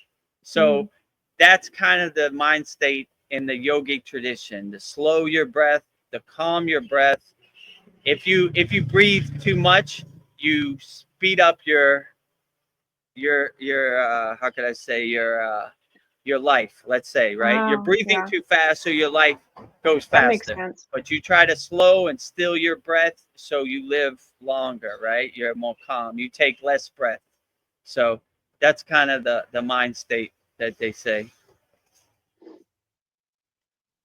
I see. I have a good question from Richard. Let me pull it up for you. Richard says, I have aphasia. I'm not sure how to say that. An inability to visualize. Is this a problem to practice Kriya Yoga? No, not really. We could work around it, but we could break this apathesia and give you a sense of visualization. So I would try my hardest to get you to visualize, because it's very powerful, and when you're meditation, to visualize the certain visualizations we have in meditation. But yeah, whatever you have, anybody who's watching this, Kriya Yoga can help. And whatever you're going through, we're going to break you out of that state, and we're going to get you aligned with doing your inner work. So whatever disease you have or whatever problems the doctor diagnosed with you, let me cure it for you. Give me 30 days. That's what I ask. Join our Kriya Yoga School Masterclass. Give me 30 days. If I can't, you know, you're going to learn a lot, and it's going to be a lot less than going to see the doctor. Let's say it like that. If I can, let's continue the journey. But I'm almost positive I can.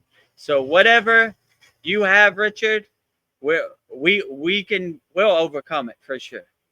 And I think we could overcome it fast, faster than 30 days. Let's say. What I just asked, you give me 30 days, and I'll get you on the right path. You know, Nice. if I don't, no harm, no foul. You know, I get it. You know, if I don't give you results, or you don't see it's effective in 30 days, then just cancel your membership to the Kriya Yoga School. You know, no bad blood, no harm, no foul. You know, but if I can, let's continue the journey, which I'm pretty positive, no matter what anybody has out there, we can overcome. You know, just give me the opportunity to help you, and I'll do my best to help you. You know, I can't say 100%. 90% sounds good. You know. Zain Ahmed says, Guru Devji, do you agree that these incoming solar energies are unearthing dark energies inside us? Nowadays, I sometimes get angry and unforgiving past without any reason. The mask has also gone mad. Yeah. So incoming solar energies, unlocking dark energies. I mean, that kind of doesn't sound right to me, because how could the light unlock dark? You know, like the light would bring light to the dark. So I would say, like I just said, whatever's happening, and whatever people are talking about on the internet, I'm going to give you the tools to overcome anything. So no matter what the sun does, no matter what evil does, you will have a shield up that protects you 24 hours a day, and you won't get attached to any of this stuff. If a tree falls in the woods and you didn't hear it, did it really fall? All these people, all this distractions and all this talk and all this chatter on the internet, it's getting under your skin and activating your ego. We dissolve our ego, so none of these things can affect us. In my state, I don't care what the sun does. I don't care what dark energy does. Nothing can get me out of my blissful state. So when you have these tools, nothing can get you angry or unforgiving or any reason, or put a mask on you or do anything for you. So have the tools. No matter what the crazy world does, you will overcome anything, you know? So I like, and they say in yoga, even if it's the end of the world, don't let nothing shake your samadhi. So these yogis are in a higher state of samadhi that even if the world was finished today, they couldn't shake their samadhi. They wouldn't come out of meditation. It would just be over. They're not affected by anything that anybody says on the internet or what the news says or anything.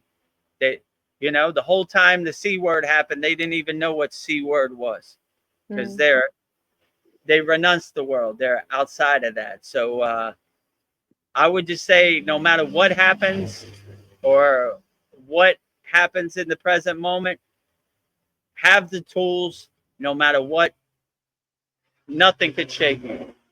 You laugh at dark energy like the joke it is. You laugh at solar flares like the joke it is. You laugh at aliens like the joke it is. You laugh at everything, because nothing affects you. Nothing matters to you when you get into that higher frequency and that higher state.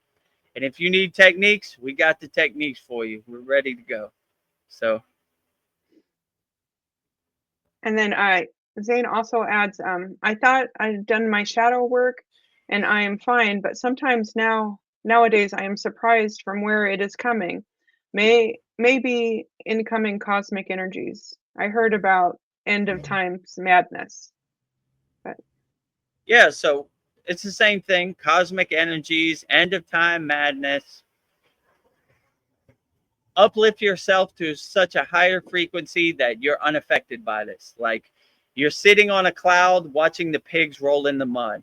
Look at these people arguing on the internet. Is it the end of the times? Is Donald Trump fighting with Elon Musk? Is this? It looks like a bunch of pigs rolling in the mud. But you wearing all white, sitting on your cloud, like laughing at it. Like, aha, these guys, cosmic energy, end of time madness, shadow work, whatever, right? If you want to pivot and change course and get some new techniques and get a new perspective, try the Kriya Yoga way. yeah. And then Richard says, I love Cardinal. He says, I love hearing this, that someone can and will do everything he can to help me and others. Thank you again so much for this light you're bringing to us. Thank you, Vedgurudev. No problem. It is my true blessing to help as many people as possible. Like I said before, when I transcend my physical body and I join Babaji in that astral plane campfire, I look to open my Christmas list of all the people I helped. Like Veronica says it better than me. So it's so long that Babaji has no question, undeniable, to accept me into the inner circle. So give me the opportunity to help everybody on this live stream, everybody who watches this later. It's real easy. Start by subscribing, Vedgurudev, right here, YouTube channel. Join the free Kriya Yoga School right here, freekriyayoga.com. And if you are going through something right now and you need immediate help, book a call with me, Vedgurudev, kriyayogamasterclass.com. 100% free, all three. And if you want the techniques, join our paid Kriya Yoga School. Give me 30 days. to help you. If I can't help you in 30 days, just cancel. No harm, no foul, no bad feelings. But just give me 30 days to turn you around. And I'm definitely going to try my best to bring you light and give you help. That is my true blessing and my true mission. Jai Babaji. Jai Babaji. I know a question I have for you, VEDGURUDEV, and I've noticed about other spiritual people. Like, why do spiritual people want to help others? What is it in you that makes you want to help people? It just feels excellent. Like, you know, when it's way better feeling than having money, right? Money comes, money goes. But when you help people, your soul shines. You feel truly blessed inside you, right? Like, I am helping Babaji, serving Babaji on his mission of helping people out here. And I feel that is my true job. My guru told me, VEDGURUDEV, you can't stay in this cave with us no more. You got to go down in the world. You have the energy, you have the Shakti to help people. You've been through what they've been through. You've lived in your ego body. You've been to 100. Now you're going to 0. You understand their pain. You're not helping anybody in the Himalayan mountains. So now that I have this platform and this vehicle, I'm going all out, you know? Last week we had 1 live stream. Now we have 2. Let's help more. Everybody, help. I don't care if you join this paid school or not. Just get help.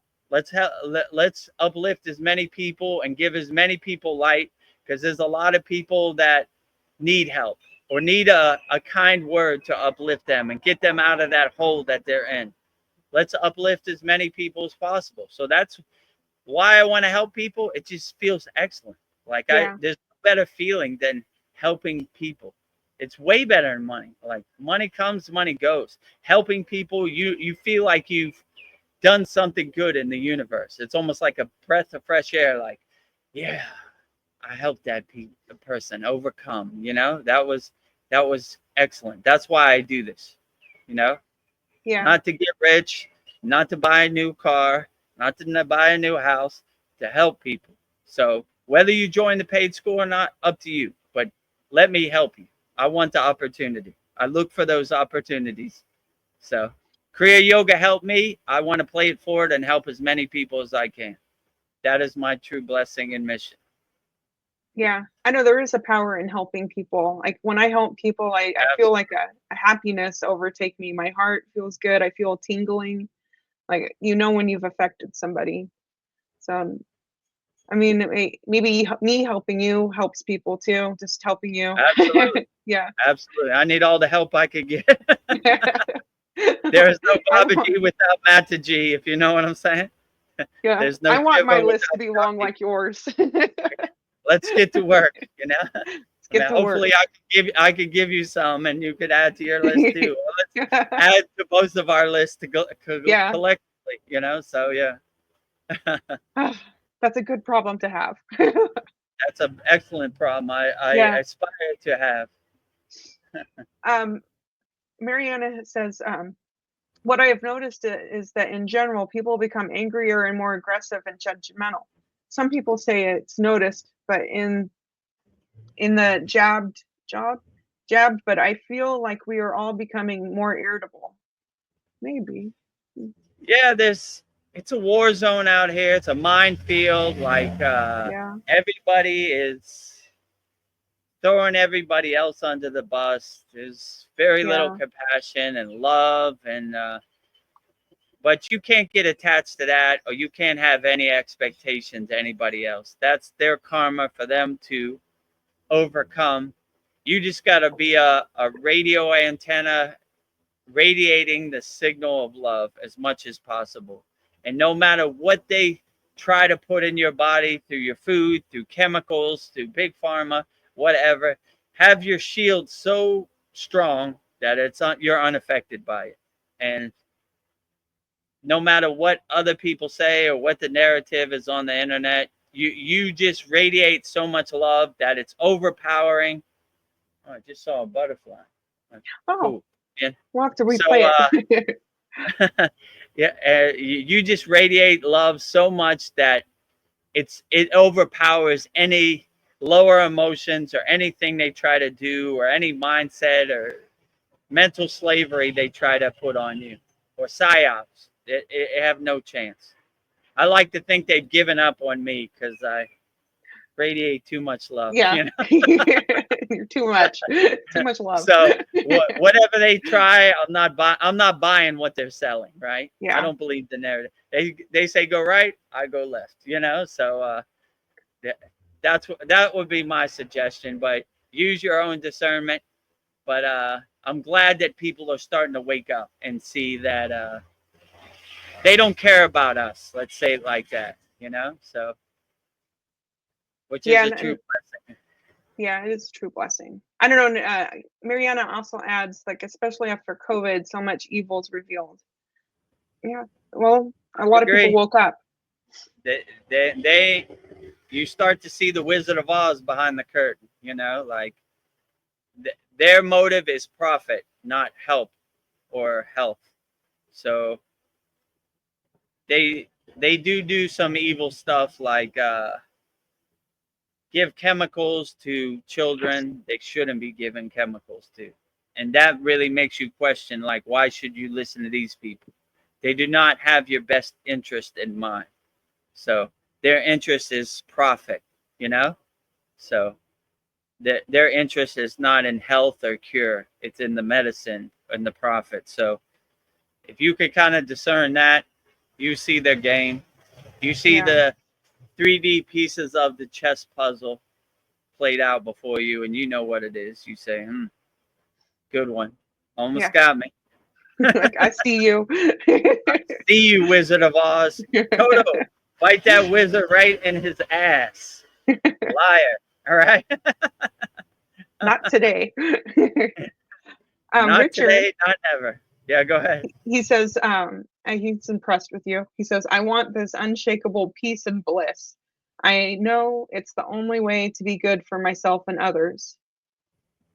Yes. Well, we got the unshakable peace and bliss in our Kriya Yoga School Masterclass. Join us, and I will give you wholeheartedly, as much as I can, the techniques.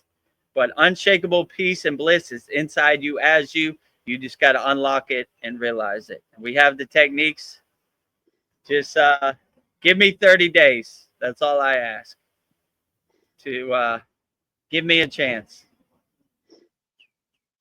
And Zane says, I heard these incoming energies makes our bodies hyper oxygenation. Practicing exhale retention will help. Practicing exhale retention will help. Exhale retention. That's interesting. I thought it was inhale retention. So whatever incoming energies they have, whatever oxygenation, hyperoxygenation they have, if you have your shield up and you have the proper higher consciousness, the higher vibration, you are unaffected by it, you know? And like I said, if a tree falls in the woods, and you didn't hear it, did it really fall? I've never heard of hyperoxygenation or any incoming energy, so I'm unaffected by it. So a lot of people say a lot of things. Don't make their narrative become your narrative, or don't make their projection become your projection. Use your own discernment, use your own energy to figure out what works best for you, and always put up your shield and protect yourself from whatever incoming energies are out there. You're unaffected by it. And then Richard says, yes, the world needs kindness and caring so much. I agree. Absolutely. And it starts with you. You be the radio antenna radiating the kindness and caring, right? You set an example first. That's what I try to do. I try to be as kind and helping, as caring as possible. Lead by example. And hopefully that motivates some other people and they become as kind and caring as possible. And on and on and on. The cycle continues, and we have a collective upliftment of the whole world. Kindness, caring, and loving, so we can uplift everybody. No yogi or yogini left behind. we help everybody wholeheartedly, Yes. collectively. So I agree with you. The world needs more kindness, but it starts with you. So you lead by example. If you need help, how to get started, let me know. I'll help you, and let's start creating the army of kindness Yeah. and compassion and love, and let's get our white flags ready and cleaned up and hold them up high. Too much darkness. We need more light out here. So if you help me on my mission, I will help you. I like that, an army of kindness. Sounds beautiful. Yeah. Zane says, agree, Guru Devji. We are all stewards. We only a few will recognize it. We are all stewards of love, kindness, and compassion, unconditional love, radiating light, divinity, everything. I like how that sounds. We are all Yeah, stewards to the light. stewards. And Andromeda Mariana says, exactly, agree. It's all kindness revolution. If you can't find kindness around you, then spread it yourself. Yeah, Let's start a kindness revolution worldwide. It starts with you. Let's all radiate kindness and love. Yeah. And have a kindness revolution. That sounds beautiful. Richard says, you are doing great at this. To me, at least, and I'm sure many more too. Well, I've had a lot of practice, and I look for the opportunity to help you, Richard. So give me more practice so I could be even better at it. I try to be the best I can. I'm a good salesman for love and compassion, light, kindness, higher consciousness, self-realization, God realization, So I try to be the best spokesperson I could be. And then Richard also says, yes, army of kindness. That sounds pretty good. Sounds pretty good. Sounds excellent. Sounds outstanding. Yeah. Let's do it. Well, I don't know. Should we end there? Army of kindness, or you want to keep going? We don't have no more questions, right? No, but I've got more. If you want to keep going, I can go all day. I just want to make sure. Maybe we'll save some for the sad song. How long Okay. we been on here now? 3.5 hours. All right, that sounds pretty good. Okay. We overcame our expectations. We were only going to come on here for an hour or two, but Yeah. it never works out that way. Too many people to help, so we just keep going and going and going. Yeah. All right. We're gonna... So, what were you gonna say? Go ahead. Oh, I was just like, let's build our army of kindness. Let's do it. That's an excellent way to end this. Yeah. Let's build our army of kindness. It starts with you, and you set an example, and you radiate that example, and we will have the army of kindness. So, yeah. So we're gonna wrap up this first ever VEDAGURUDEV'S Soul Talks live from the Thailand beach.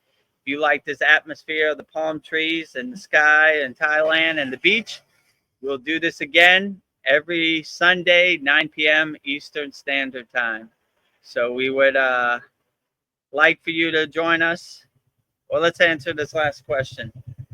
It just popped up. Zane says it's like a 100th monkey syndrome. When we become kind and forgiving, this energetically will affect the collective consciousness. Yeah, absolutely. If you have 100 monkeys radiating kindness and love and compassion, then it affects the collective wholeheartedly. So, yeah, I would agree with you. And then he says, go ahead. Oh, he just says, thank you, and I'll see you on the next live session. The next live session will be Wednesday at 9 p.m. Eastern Standard Time. And that would be our live weekly satsang, and we'll be doing that one outside also, next to my statues and my fire. And then Mariana says, have a good night and a wonderful day, VEDGURUDEV. I love you all. I love you all, guys. Love you too, Mariana. And yeah, have a good night and a wonderful day. And I appreciate you joining us on the satsang. So much love. So much love. Oh, So we're going to wrap up this first ever VEDGURUDEV'S Soul Talks live from Thailand Beach. If you're not subscribed, subscribe here, VEDGURUDEV YouTube channel, so we can get over 1,000 members, subscribers, so we can be monetized. And if you enjoy the value we have on there, go to the www.freekriyayoga.com, 100% free. Discover the secrets of Kriya Yoga. And if you need help, you're going through something, book a call, VEDGURUDEV, kriyayogamasterclass.com. And if you're ready to start practicing Kriya Yoga, join our Kriya Yoga School Masterclass. I'm trying to look for the banner for that. oh, you're close. I think it's at the very bottom. Did you put it at the bottom? I don't even remember. The Masterclass is right here. Is it? Yeah, there you go. So $50 a month. Give me a month to help you and uplift you and be the best $50 you ever spent. Just give me 30 days. If it not work for you, you don't see results, just cancel. But at least give me 30 days. That's all I'm asking for. So if you enjoy the value we give you here, there's 4 different things you could do. I'll let you choose, no pressure. The first 3 are 100% free, so just pick which one works best for you, and we'll get to work. So thank you for joining us. VEDGURUDEV'S first ever Soul Talks, live from a Thailand beach. As you can see the palm trees in the background and the Thailand sky and the oceans right behind me. So if you enjoyed this, we'll keep doing this every Sunday, 9 p.m. Eastern Standard Time. And we're going to do another live stream, 9 p.m. Eastern Standard Time, Wednesday. So that will be our next satsang. So thank you for joining us. Love you all. Appreciate you all. And we'll end this one the same way we end all of them, with the Shanti, Universal Peace Mantra. Om Shanti, Shanti, Shanti, Shalom. Sat Nam Sadhu Tao Om Spirit Swami Kami Amen Amen Omen Selah Hom